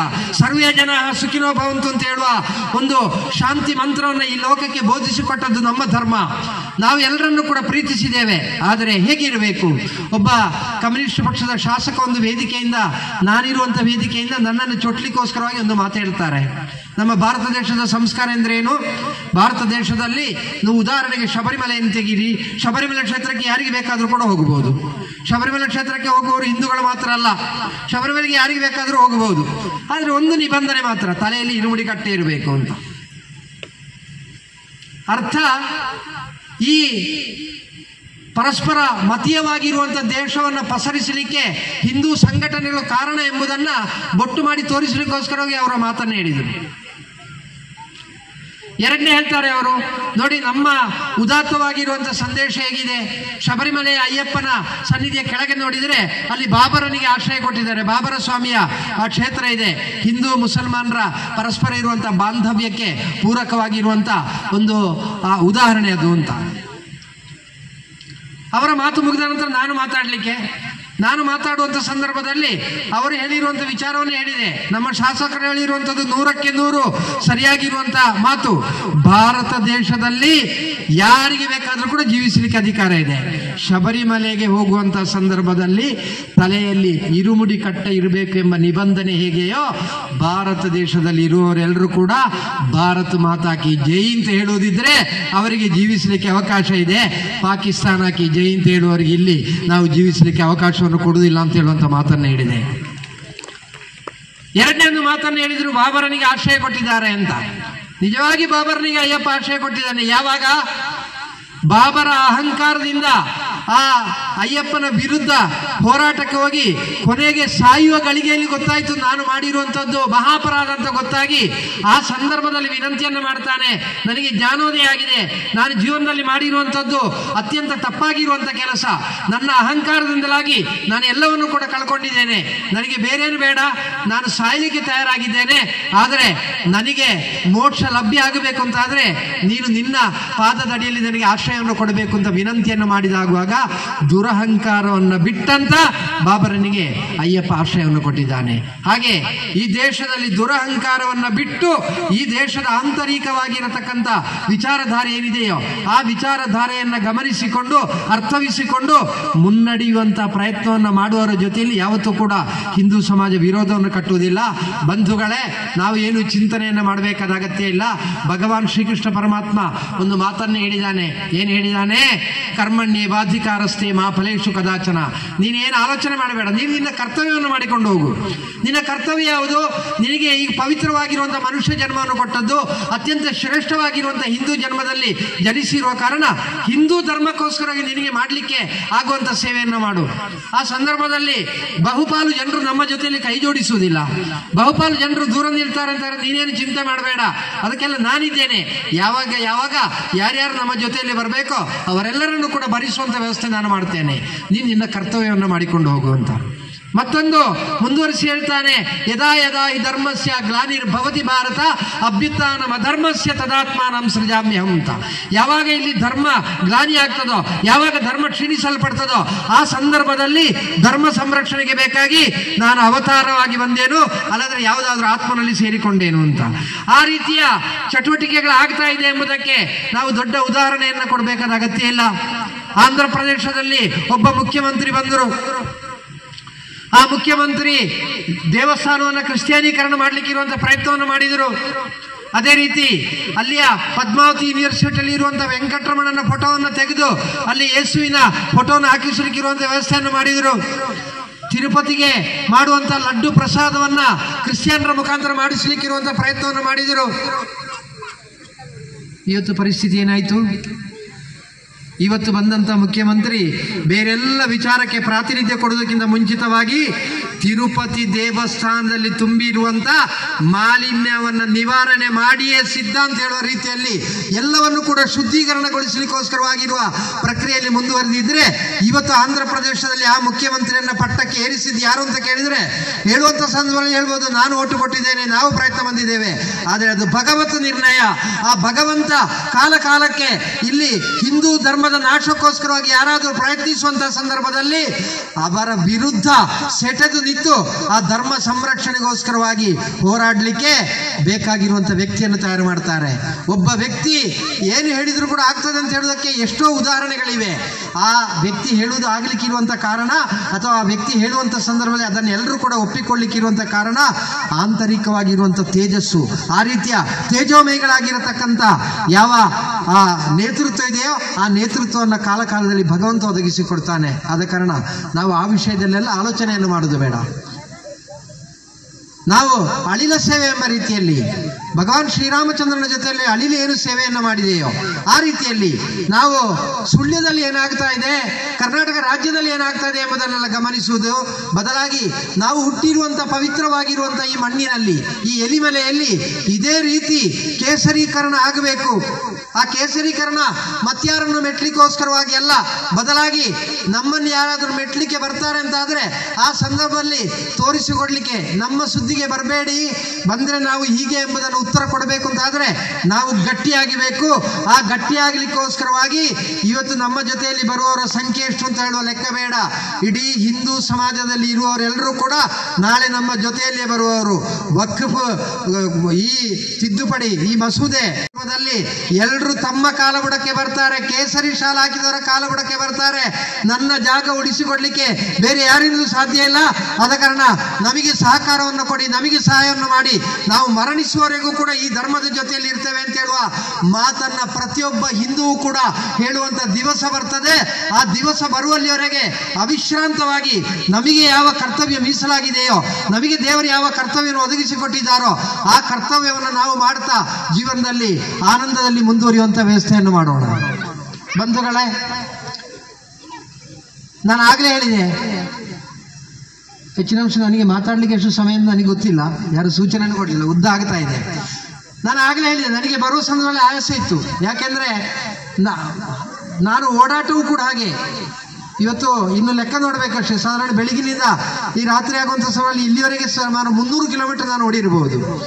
ಈ 300 ಕಿಲೋಮೀಟರ್ ಓಡಬೇಕು, ಅದರ ಜೊತೆಯಲ್ಲಿ ಕಾರ್ಯಕ್ರಮದಲ್ಲಿ ಭಾಗವಹಿಸಬೇಕು, ಮತ್ತೊಂದು ಕಡೆಯಲ್ಲಿ ಎಲ್ಲ ಕಡೆಗೂ ಕೂಡ ಸಮಯಕ್ಕೆ ಮುಟ್ಟುವ ಟೆನ್ಷನ್, ಈ ಎಲ್ಲ ಒತ್ತಡಗಳ ಮಧ್ಯೆ ಇಲ್ಲಿಗೆ ಬರುವಂಥ ಸಂದರ್ಭದಲ್ಲಿ ತುಂಬ ಆಯಾಸದಿಂದಿದ್ದೆ. ಆದರೆ ನಿಮ್ಮ ಕೇಸರಿ ಶಾಲನ್ನು ಕಾಣುವಂಥ ಸಂದರ್ಭದಲ್ಲಿ ನನ್ನ ಆಯಾಸ ಎಲ್ಲ ಮರೆತು ಹೋಯಿತು ಅಂತ ಹೇಳಿದ ಮಾತನ್ನು ನಾನು ಹಾಗೆ ಹೇಳಿದ ರೀತಿಯಲ್ಲಿ ನಾವು ನಿರಂತರವಾಗಿ ನಾವು ತೊಡಗಿಸಿಕೊಂಡ್ರೆ ಭಗವಂತ ನಮಗೆ ಶಕ್ತಿಯನ್ನು ಕೊಡ್ತಾನೆ. ಒತ್ತಡ ಇದೆ, ಸಮಸ್ಯೆ ಇದೆ, ನಮ್ಮನ್ನ ಯಾವ ಸಂದರ್ಭದಲ್ಲೂ ಕೂಡ ನಾಶ ಮಾಡಲಿಕ್ಕೋಸ್ಕರವಾಗಿ ಒಂದು ದೊಡ್ಡ ಶಕ್ತಿ ಕಾಯ್ತಾ ಇದೆ. ನಮ್ಮ ಕೈಯಲ್ಲಿ ಏನು ಆಯುಧಗಳಿಲ್ಲ, ನಮ್ಮ ಕೈಯಲ್ಲಿ ಇರುವಂತಹ ಆಯುಧ ಅಂದ್ರೆ ಧರ್ಮವೆಂಬ ಆಯುಧ ಇದೆ ನಮ್ಮ ಕೈಯಲ್ಲಿ. ಆ ಧರ್ಮ ನಮಗೆ ಸಂರಕ್ಷಣೆಯನ್ನು ಕೊಡ್ತದೆ ಎಂಬ ವಿಶ್ವಾಸ ಇದೆ. ಹಾಗಿದ ಕಾರಣ ಈ ನಿರಂತರವಾಗಿ ನಾವು ನಮ್ಮ ಜೀವನವನ್ನ ಧರ್ಮಕ್ಕೋಸ್ಕರವಾಗಿ ಸಮರ್ಪಣೆ ಮಾಡಿಕೊಂಡು ಸಂಘಟನಾತ್ಮಕವಾಗಿ ತೊಡಗಿಸಿಕೊಂಡು ಒಂದು ವೇಳೆ ಚಿಂತನೆ ಮಾಡುವುದಿದ್ರೆ ನಮಗೆ ಕೌಟುಂಬಿಕವಾಗಿರುವಂತಹ ಜೀವನ ಇದೆಯಾ ಅಂತ ಕೇಳಿದ್ರೆ ನಿಜವಾಗಿಯೂ ಕೂಡ ನಾನು ಹೆಮ್ಮೆಯಿಂದ ಹೇಳ್ತೇನೆ, ದಿವಸದ 365 ದಿವಸವೂ ಕೂಡ ರಾತ್ರಿ ಮನೆಗೆ ಮುಟ್ಟುವುದು 12 ಗಂಟೆಗೆ, ಬೆಳಿಗ್ಗೆ ಎಲ್ಲರಿಗೆ ಗೊತ್ತಾಗುವುದಕ್ಕಿಂತ ಮೊದಲು ಮನೆಯಿಂದ ಬಿಟ್ಟರು ಕೂಡ ಇವತ್ತಿಗೂ ಕೂಡ ನನ್ನ ಮನೆಯಲ್ಲಿ ಇರುವಂತಹ ಕುಟುಂಬ ಸದಸ್ಯರೆಲ್ಲರೂ ಕೂಡ ನನ್ನ ಬಗ್ಗೆ ಯಾವತ್ತೂ ಕೂಡ ನಿರಂತರವಾಗಿ ಚಿಂತನೆಯನ್ನು ಮಾಡ್ತಾ ಇರ್ತಾರೆ. ಅತ್ಯಂತ ಭಾವನಾತ್ಮಕವಾಗಿರುವಂತಹ ಪ್ರೀತಿಯನ್ನು ನನಗೆ ಕೊಡ್ತಾ ಇದ್ದಾರೆ. ಕೌಟುಂಬಿಕವಾಗಿ ನಾನಿಡುವಂತ ಪ್ರತಿಯೊಂದು ಹೆಜ್ಜೆಗೆ ಕೂಡ ಬೆನ್ನೆಲುಬಾಗಿ ಒಂದು ವೇಳೆ ನನ್ನ ಬಗ್ಗೆ ಯಾರಾದರೂ ಒಂದು ಅಪಶಬ್ದವನ್ನು ಮಾತಾಡಿದ ಕೂಡಲೇ ಅವರು ಕೂಡ ಎದ್ದು ನಿಂತು ಮಾತನಾಡುವ ಮಟ್ಟಕ್ಕೆ ಅವರು ಮುಂದುವರಿದಿದ್ದಾರೆ. ಜೊತೆಯಲ್ಲಿ ಈ ದಿವಸ ಪೂರ್ತಿ ಕೆಲಸವನ್ನು ಮಾಡಿ ಹೋಗಿ ಮಲಗಿದ ಕೂಡಲೇ ನಿದ್ರೆ ಬರ್ತದೆ. ಬೆಳಿಗ್ಗೆ ಎಷ್ಟು ಗಂಟೆಗೆ ಏಳಬೇಕೋ ಅಷ್ಟು ಗಂಟೆಗೆ ಎಚ್ಚರಿಕೆ ಆಗ್ತದೆ. ನಿರಂತರವಾಗಿ ಕರ್ತವ್ಯವನ್ನು ಮಾಡಲಿಕ್ಕೆ ಹುಮ್ಮಸ್ಸು ಬರ್ತದೆ. ನಮಗೆ ಹಿಂದೂ ಸಮಾಜದಲ್ಲಿ ಶತ್ರುಗಳು ಯಾರಿಲ್ಲ. ನಮ್ಮನ್ನು ನಿಂದಿಸಿದವರು ನಮ್ಮನ್ನು ಮಿತ್ರರೇ, ನಮ್ಮನ್ನು ಟೀಕಿಸಿದವರು ನಮ್ಮನ್ನು ಮಿತ್ರರೇ, ನಮ್ಮನ್ನು ಗೌರವಿಸಿದವರು ನಮ್ಮ ಮಿತ್ರರೇ. ನಮ್ಮ ಗುರಿ ಒಂದೇ, ಇಡೀ ಹಿಂದೂ ಸಮಾಜ ಧರ್ಮ ಸಂರಕ್ಷಣೆಗೋಸ್ಕರವಾಗಿ ಓಂಕಾರ ಧ್ವಜದ ಅಡಿಯಲ್ಲಿ ಬಂದು ಸೇರುವಲ್ಲಿಯವರೆಗೆ ಅವಿಶ್ರಾಂತವಾಗಿ ನಾವು ದುಡಿತಾ ಇರುವ ಕಾರಣ ಇವತ್ತಿಗೂ ಕೂಡ ಶಾರೀರಿಕವಾಗಿ ಆರೋಗ್ಯ, ಮಾನಸಿಕವಾಗಿರುವಂತಹ ಆರೋಗ್ಯ, ಮಾನಸಿಕವಾಗಿರುವಂತಹ ನೆಮ್ಮದಿ ಮತ್ತು ನಿರಂತರವಾಗಿ ಚೈತನ್ಯದಿಂದ ಕರ್ತವ್ಯ ಮಾಡಲಿಕ್ಕೆ ಇರುವಂತಹ ಒಂದು ಶಕ್ತಿ ಒಬ್ಬ ರವೀಶ ತಂತಿಗೆ ಪ್ರಾಪ್ತಿಯಾಗಿದೆ ಅಂತ ಆದ್ರೆ ಧರ್ಮ ಸಂರಕ್ಷಣೆಗೋಸ್ಕರವಾಗಿ ತೊಡಗಿಸಿಕೊಳ್ಳುವವರಿಗೆ ಎಲ್ರಿಗೂ ಕೂಡ ಭಗವಂತ ಈ ಶಕ್ತಿಯನ್ನು ಕೊಡ್ತಾನೆ ಎಂಬ ನೆನಪಿರಲಿ. ನಾವು ಸ್ವಾರ್ಥಕ್ಕೋಸ್ಕರವಾಗಿ ಚಿಂತನೆ ಮಾಡಬೇಕಾದ ಅಗತ್ಯ ಇಲ್ಲ. ನಾವು ಸ್ವಾರ್ಥಕ್ಕೋಸ್ಕರವಾಗಿ ಏನನ್ನು ಮಾಡಿಡಬೇಕಾದಂತ ಅಗತ್ಯವೂ ಇಲ್ಲ. ಬದಲಾಗಿ ನಮ್ಮ ಸಮಾಜಕ್ಕೋಸ್ಕರವಾಗಿ, ನಮ್ಮ ಧರ್ಮಕ್ಕೋಸ್ಕರವಾಗಿ, ನಮ್ಮ ಆಚರಣೆಗಳಿಗೋಸ್ಕರವಾಗಿ, ನಮ್ಮ ತಾಯಂದಿರಿಗೋಸ್ಕರವಾಗಿ, ನಮ್ಮ ಗೋವುಗಳಿಗೋಸ್ಕರವಾಗಿ ನಾವು ನಮ್ಮನ್ನು ಪರಿಪೂರ್ಣವಾಗಿ ಸಮರ್ಪಿಸಿಕೊಂಡ್ರೆ ಭಗವಂತ ನಮಗೆ ಶಕ್ತಿಯನ್ನು ಕೊಡ್ತಾನೆ ಎಂಬ ವಿಶ್ವಾಸದೊಂದಿಗೆ ನಾವೆಲ್ಲರೂ ಕೂಡ ಮುಂದುವರಿಯೋಣ. ಈ ಹೊತ್ತಾಗಿರುವಂತಹ ಸಮಯದಲ್ಲಿ ಕೂಡ ತಾವೆಲ್ಲರೂ ಅತ್ಯಂತ ಅಭಿಮಾನದಿಂದ ನಾನು ಈ ಸಮಾಜದ ಒಳಿತಿಗೋಸ್ಕರವಾಗಿ ಜೀವನದ ಅನುಭವದ ಪುಟಗಳಲ್ಲಿ ನಾನು ಹೊಂದಿರುವಂತಹ ಅನುಭವದ ವಿಚಾರಗಳನ್ನು ಮುಂದಿಡುವಂಥ ಸಂದರ್ಭದಲ್ಲಿ ಅತ್ಯಂತ ಪ್ರೀತಿಯಿಂದ ಅದನ್ನು ಆಲಿಸಿರುವಂಥ ಎಲ್ಲ ಸಮಾಜ ಬಾಂಧವರಿಗೂ ಕೂಡ ಹೃತ್ಪೂರ್ವಕವಾಗಿರುವಂಥ ನಮನಗಳನ್ನು ಸಲ್ಲಿಸುತ್ತಾ, ಒಂದು ವೇಳೆ ತಾವು ವೇದಿಕೆಯಲ್ಲಿ ಕುಳಿತುಕೊಳ್ಳಿಕ್ಕೆ ಅಲ್ಲ, ಈ ರೀತಿಯ ಧರ್ಮ ಕಾರ್ಯ ಆಗುವಂಥ ಸಂದರ್ಭದಲ್ಲಿ ನಮ್ಮ ಜೊತೆಯಲ್ಲಿ ಕೇಸರಿ ಶಾಲೆ ಹಾಕಿ ನೀವು ಕಾರ್ಯಕರ್ತರಾಗಿ ಇರಬೇಕು ಅಂತ ಹೇಳಿದರೆ ಖಂಡಿತ ನಮಗೆ ಒತ್ತಡದ ಸಮಯ ಅಲ್ಲದಿದ್ದರೆ ಎಲಿಮಲೆಯಿಂದ ಕರೆ ಬಂದರೆ ನಾವು ಕೂಡ ನಿಮ್ಮ ಜೊತೆಯಲ್ಲಿ ಕಾರ್ಯಕರ್ತರಾಗಿರ್ತೇವೆ. ತನ್ಮೂಲಕವಾಗಿ ನಾವು ಈ ಹಿಂದೂ ಸಮಾಜವನ್ನು ದೃಢವಾಗಿಸೋಣ, ಇಡೀ ಸಮಾಜ ನಮ್ಮ ಜೊತೆಯಲ್ಲಿ ನಿಲ್ಲುವಂಥ ಒಂದು ವೇದಿಕೆಯನ್ನು ನಿರ್ಮಾಣ ಮಾಡೋಣ ಅಂತ ನಾನು ವಿನಮ್ರವಾಗಿರುವಂಥ ವಿನಂತಿಯನ್ನು ಮಾಡ್ತಾ, ಅದಕ್ಕೆ ಭಗವಂತ ಅನುಗ್ರಹಿಸಲಿ ಎಂಬ ಪ್ರಾರ್ಥನೆಯೊಂದಿಗೆ ಅವಕಾಶಕ್ಕಾಗಿ ವಂದಿಸುತ್ತಾ ವಿರಮಿಸ್ತೇನೆ. ಜೈ ಹಿಂದ್.